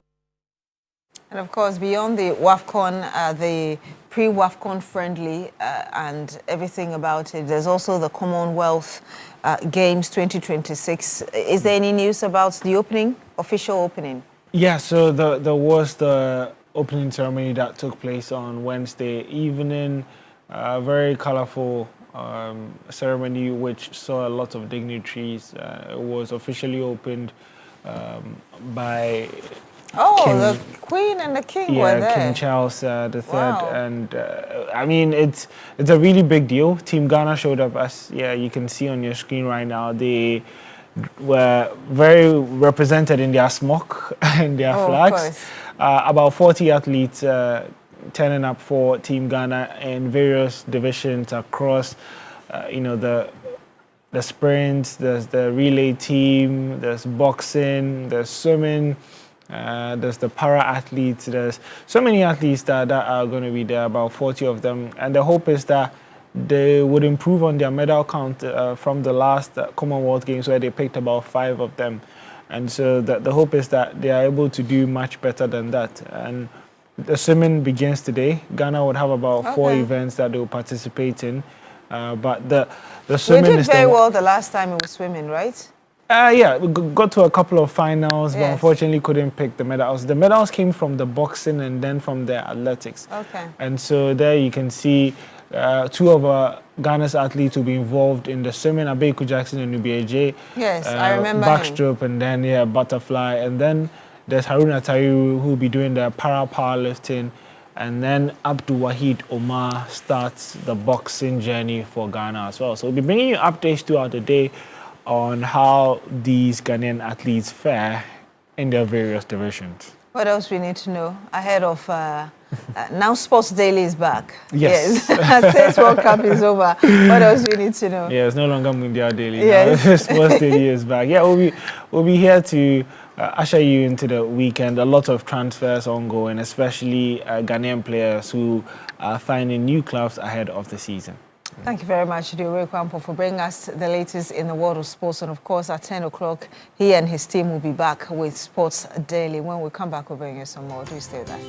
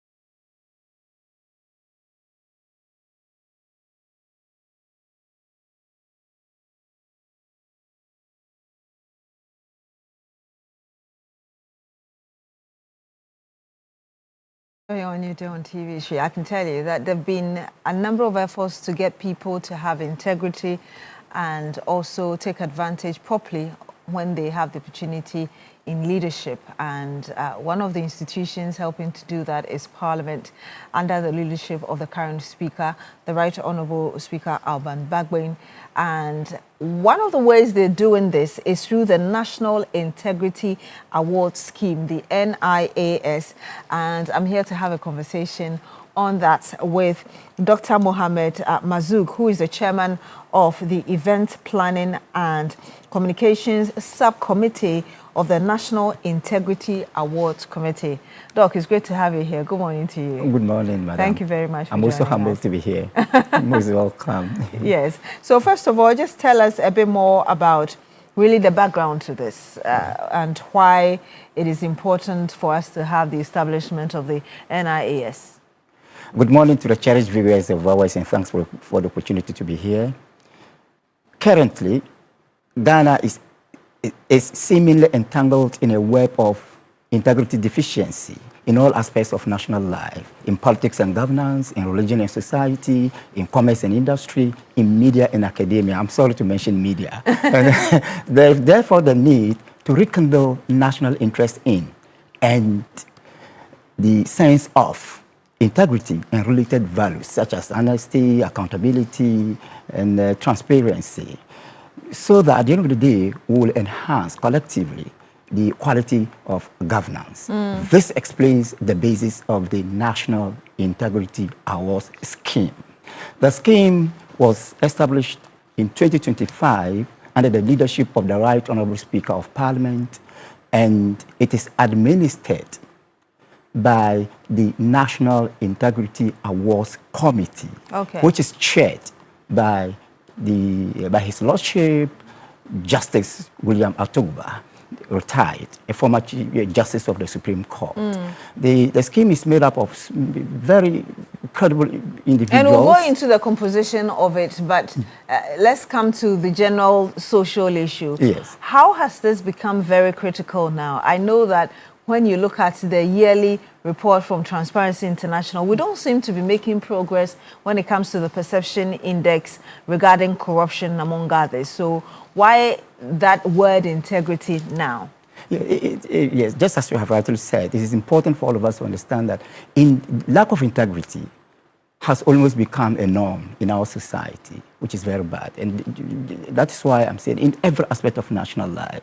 So for us to emphasize the need for people to understand the centrality of integrity to our development, we need to use that word. You will agree with me. Yeah, I know integrity as a word is an abstract one.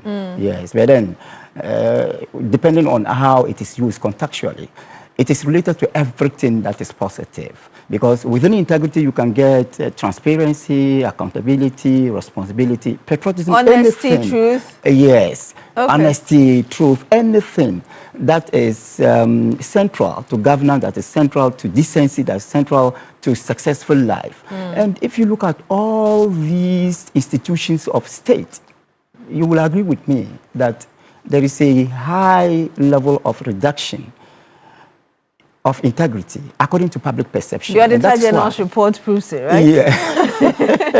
Yeah. So many reports prove it. And in spite of we should also mention that it is not that we are not doing anything. It is not that the government is not doing anything. It's not that the previous governments didn't do anything. It is that whatever has been done is not enough.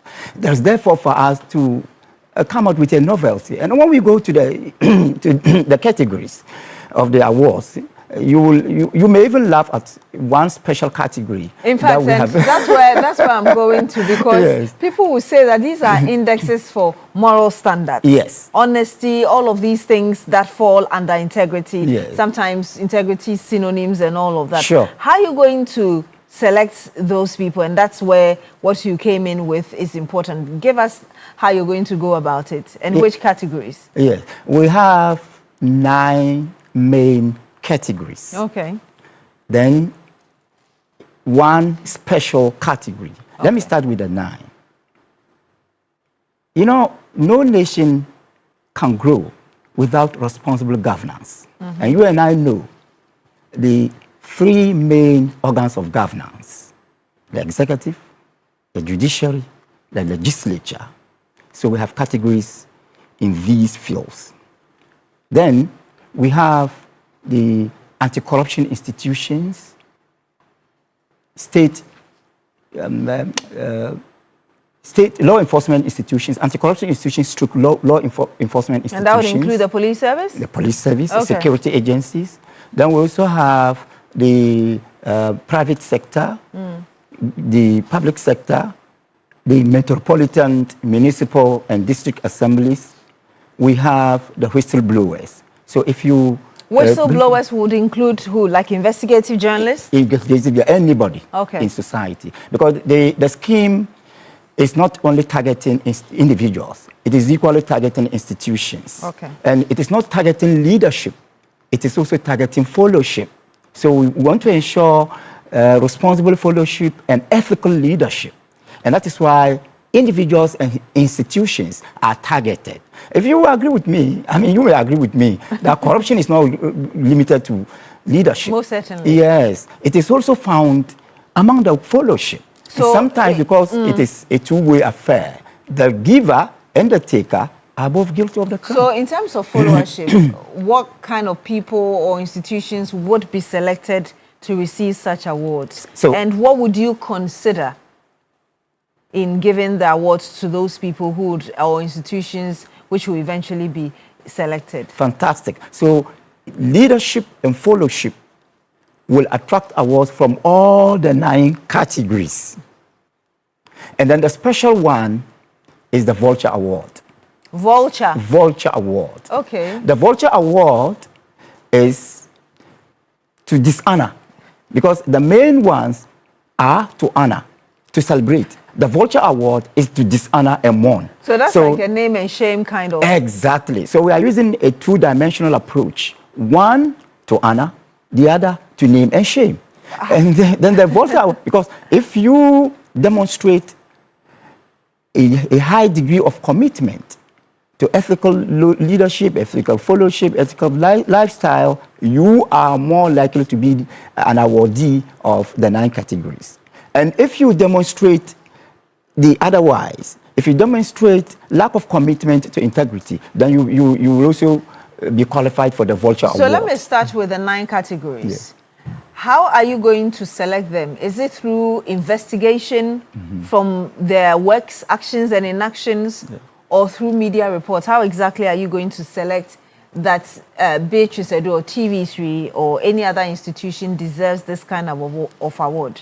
Your question calls for the time that we are going to launch the award. Okay, you're going to reveal that when you launch it? We will unveil your question when we launch the award on Monday, July 27, 2026. On that day, we will unveil the objectives, the operational framework, the nomination criteria, and these are handled by a special committee known as the Guidelines and Criteria Committee. They will tell us what to do and what not to do. They will tell us how you can participate in the award scheme, and it will also be an event to maximize public interest in and stimulate national discourse on the integrity and how integrity can serve as a core value central to our development. And earlier you were going to talk to us about the composition of the committee, which will be looking for into the awards and everything that has to do with it, if you can. Oh yes, well, mainly it is made up of representatives from the private sector and the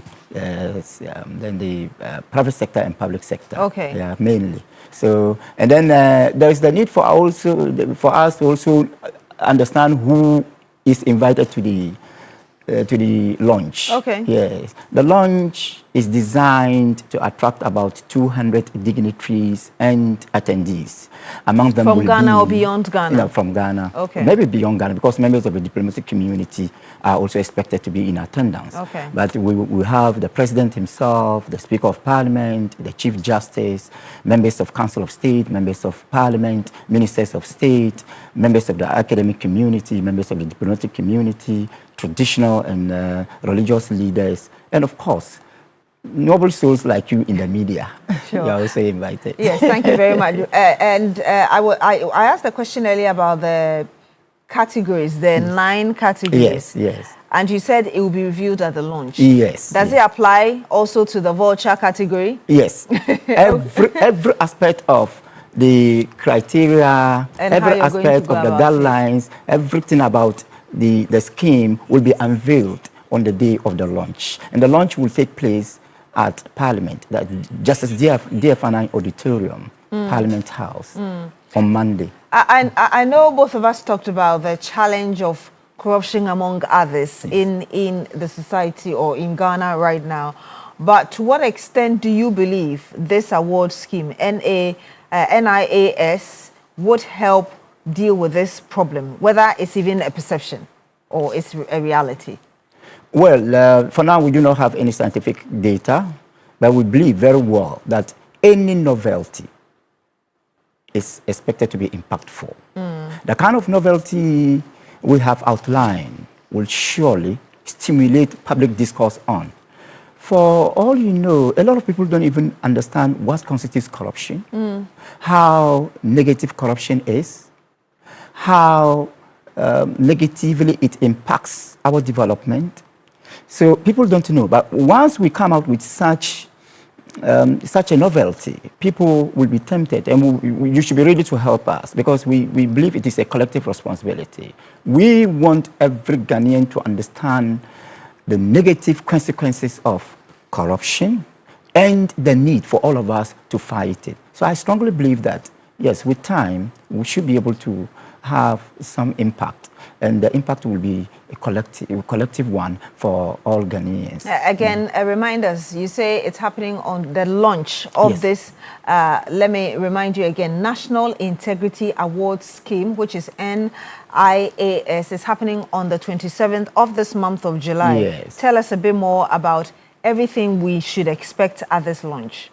Yeah, as I said, the launch will unveil the guidelines, the criteria, the operational framework. It will also stimulate public discourse on integrity. It will also be meant for people to understand it and generate public support from government, from civil society institutions, from people like you in the media, from private sector. And it is meant to collectively demonstrate Ghana's current stand against corruption and related ills. Give me the opportunity to call on all Ghanaians to accept this novelty as a civic responsibility and a collective duty.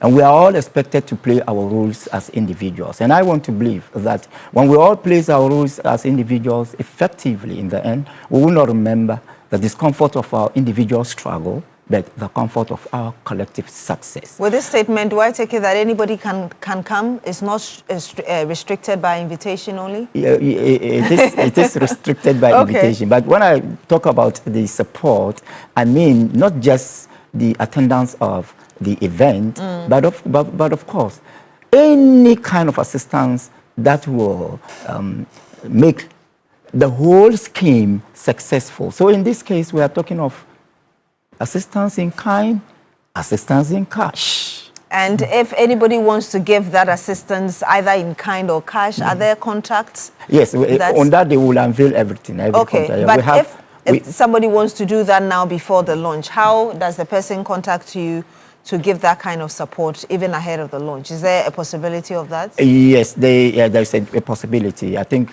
since we are working primarily at the Parliament House, we have contact numbers where you can. So you can walk to Parliament and make inquiries for contact if you want to support either in kind or in cash. Yes. And remember, this is happening Monday, 27 July at the DF Annan Auditorium, Parliament House. Sure. I want to get your final words, Doc. My final word is that Ghana is for all of us. Corruption is an ill that affects all of us. Honesty is a value that we must all celebrate to enhance the quality of governance. Let us use this novelty as an opportunity to showcase to the whole world that we have come to a stage where we will all promote integrity to the extent of making Ghana a home of justice rather than injustice, peace rather than violence, unity rather than division, reconciliation rather than aggression, forgiveness rather than vindictiveness, and development rather than retardation. God bless everybody, and we expect every Ghanaian to help so that at the end of the day, we will celebrate a novelty that enhances the quality of governance and national development. Thank you so much, Dr. Mohammed Mazouk, Chairman of the Event Planning and Communications Subcommittee of the National Integrity Awards Committee, NAIAS. Thank you very much for joining us. And remember that this event is happening at the DF Annan Auditorium on the 27th of July. That's next Monday, within the Parliament House. So do make a date and ensure that you assist in kind or in cash, like Doc just said. But again, attention, all parents of first-year SHS boarding student. EduPac, the Ghana Education Service approved and supported national SHS initiative implemented by Prospectus Ghana, is now in progress across Ghana. Parents across the country are already registering so that the children's trunk, machintos, mattress, pillow and plastic chop box will be ready and waiting at the school before reporting day. Do not delay and be caught in the usual last-minute market rush, carrying heavy items under pressure. With EduPac, your child does not need to travel to school with these 4 essential items. To register, simply dial *713 *821#. Visit any ADB branch or go to www.edupacgh.com.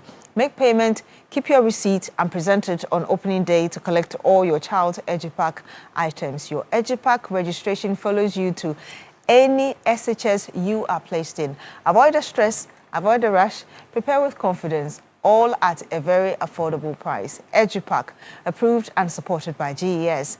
For more information, you can always call 050 0600 607 or 0302 955 050. EduPac, no stress, no wahala. Stay with us. We're back with more.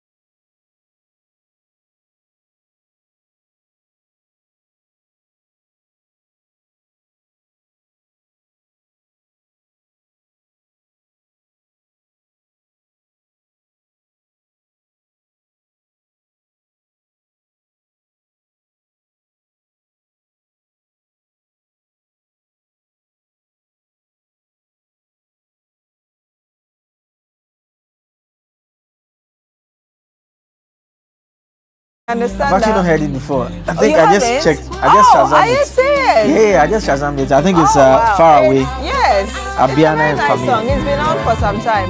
I have to verify the year, but yes. I liked it from the first day I heard it, yeah. But we need to celebrate you, like we always do here. We celebrate you big on your birthday. So let's get to find out which of you is celebrating your birthday today. We want to wish you well. Yes, Joe, Justice, Oh, Nash, yes. Nash, Kogo, Nash, happy our birthday guy. to you. Yes, happy birthday to you. Great camera guy. Fantastic guy. Yes. Fantastic guy. Happy birthday from all of us here at Media General. Okay, how do you pronounce this one? Oniferous Nanata. I hope I got your name correctly. From your parents and siblings. God bless your new age.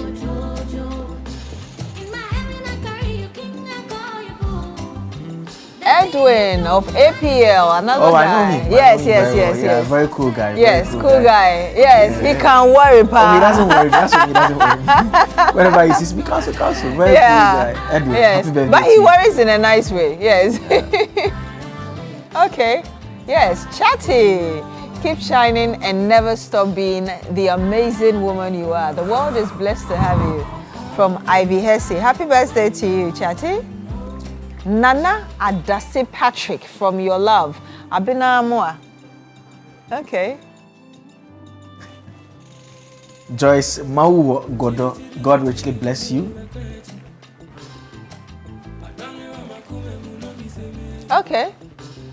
God richly bless you. Millicent Sosu, God bless you. From Chief.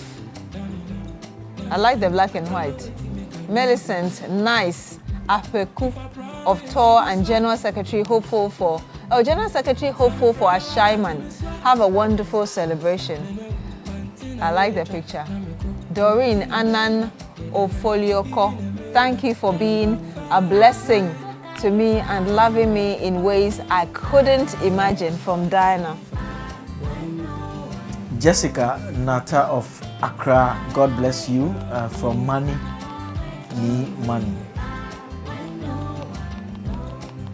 Patience Stando, cheers to 57 years of resilience and hard work. 31 of those years, I get to call you Ma. You have been my lightning rod, and I will make you proud. Happy birthday, Abna Yeboah. That's nice. Ariel Kekeli Mensa, God bless your new age. Cheers. God bless you, young lady. She's got a lot of hair. Abina Nyano, God bless your kind heart. From Prophet Chum. 60th birthday to Mrs. Lydia Akoko Aye. May the good Lord grant you longevity. From your son-in-law, Kofi Ataka Krakusi, Deputy Director, Corporate Affairs, Ghana Tourism Authority. Happy birthday to you, ma'am. 60th birthday. Happy birthday. Apostle Alex Boating of, I think it's quite the, what? TAC General Secretary. I wish you peace and grace. From Elder Ashiboy. Millicent Lamisi, may you prosper on every side. From well-watered ladies, happy birthday to you. Fathia Yaya, may you continue to grow in grace that's coming from your family. Nkrumah's wife. When I saw the Fathia. Mama Jane, God bless your new age. Cheers to greatness from their siblings and children. Abigail Samba, God bless your new age. From Epaphras. Oh, Epa is here. Okay. Happy birthday. Yes. Nyamiye Ekia Kofi. More blessings as you grow from your dad. Kojo Mensa Abrampa. Happy birthday to you, young lady. Special birthday to you, my wife. May God bless your new age. From your husband, Kojo Mensa Abrampa. Oh, wow. So the child and then the wife. That's lovely. Wow. Edward Jemfi, CEO of G. Edward Enterprise and NY Taste Maker. May this new chapter bring you peace. Coming from Andrews. Joseph Ahinsan Wobel of Food and Drugs Authority. From your wife and the staff. Happy birthday to you, sir. Mrs. Valentino Wuswajiman at Accra Regional Police Headquarters. Be blessed. The family loves you. Mawuli Ananga, may this new year of your life be filled with God's abundant blessings. From AJ Tricks. Seth God bless you abundantly from Fafa TV3. Happy birthday to you, sir. Janet Mamle and Mote, branch manager of Manya Krobo Community Bank. Happy birthday to you, ma'am. Atukwamena Asan. God bless your new age from boy Mami S.C. Blankson and the entire family. At a point, I thought it was Atukwamena. That's it. Eliezer, Mawusi, and Namo. God bless your new age. Bami, you are loved, cherished, and celebrated always from your family. Okay, that's actually the last one. All of you, happy birthday. Did Yes, you hear the man from Parliament talking about the Vulture Awards? No. It's to shame those who have been very bad citizens. Interesting. Interesting. I think that's it. That's it for the week. It's been an interesting week. Yes. It's been an interesting show, and thank you so much for staying with us from the start of the show. Sometimes the time seems like, Charlie, but you see, you know, then yeah. Yes. it's gone. And you know, happens. we met. We normally do two topics on big issue. We just did one big topic. Oh on the yes, budget, and of it course. still I mean, went budgets. by, There was. and they Yes. still wanted to talk more, and I still had questions. And I just couldn't do anything Yeah, about it it. But you've been happens. with us all throughout. It's been a Yes, good week. thank you so much for staying with us through the entire week. Yes, have an amazing weekend. Yes. Be safe, and we are back on Monday. Yes. But Sports Daily is up next as well. I am Joseph Akable. My name is Beatrice.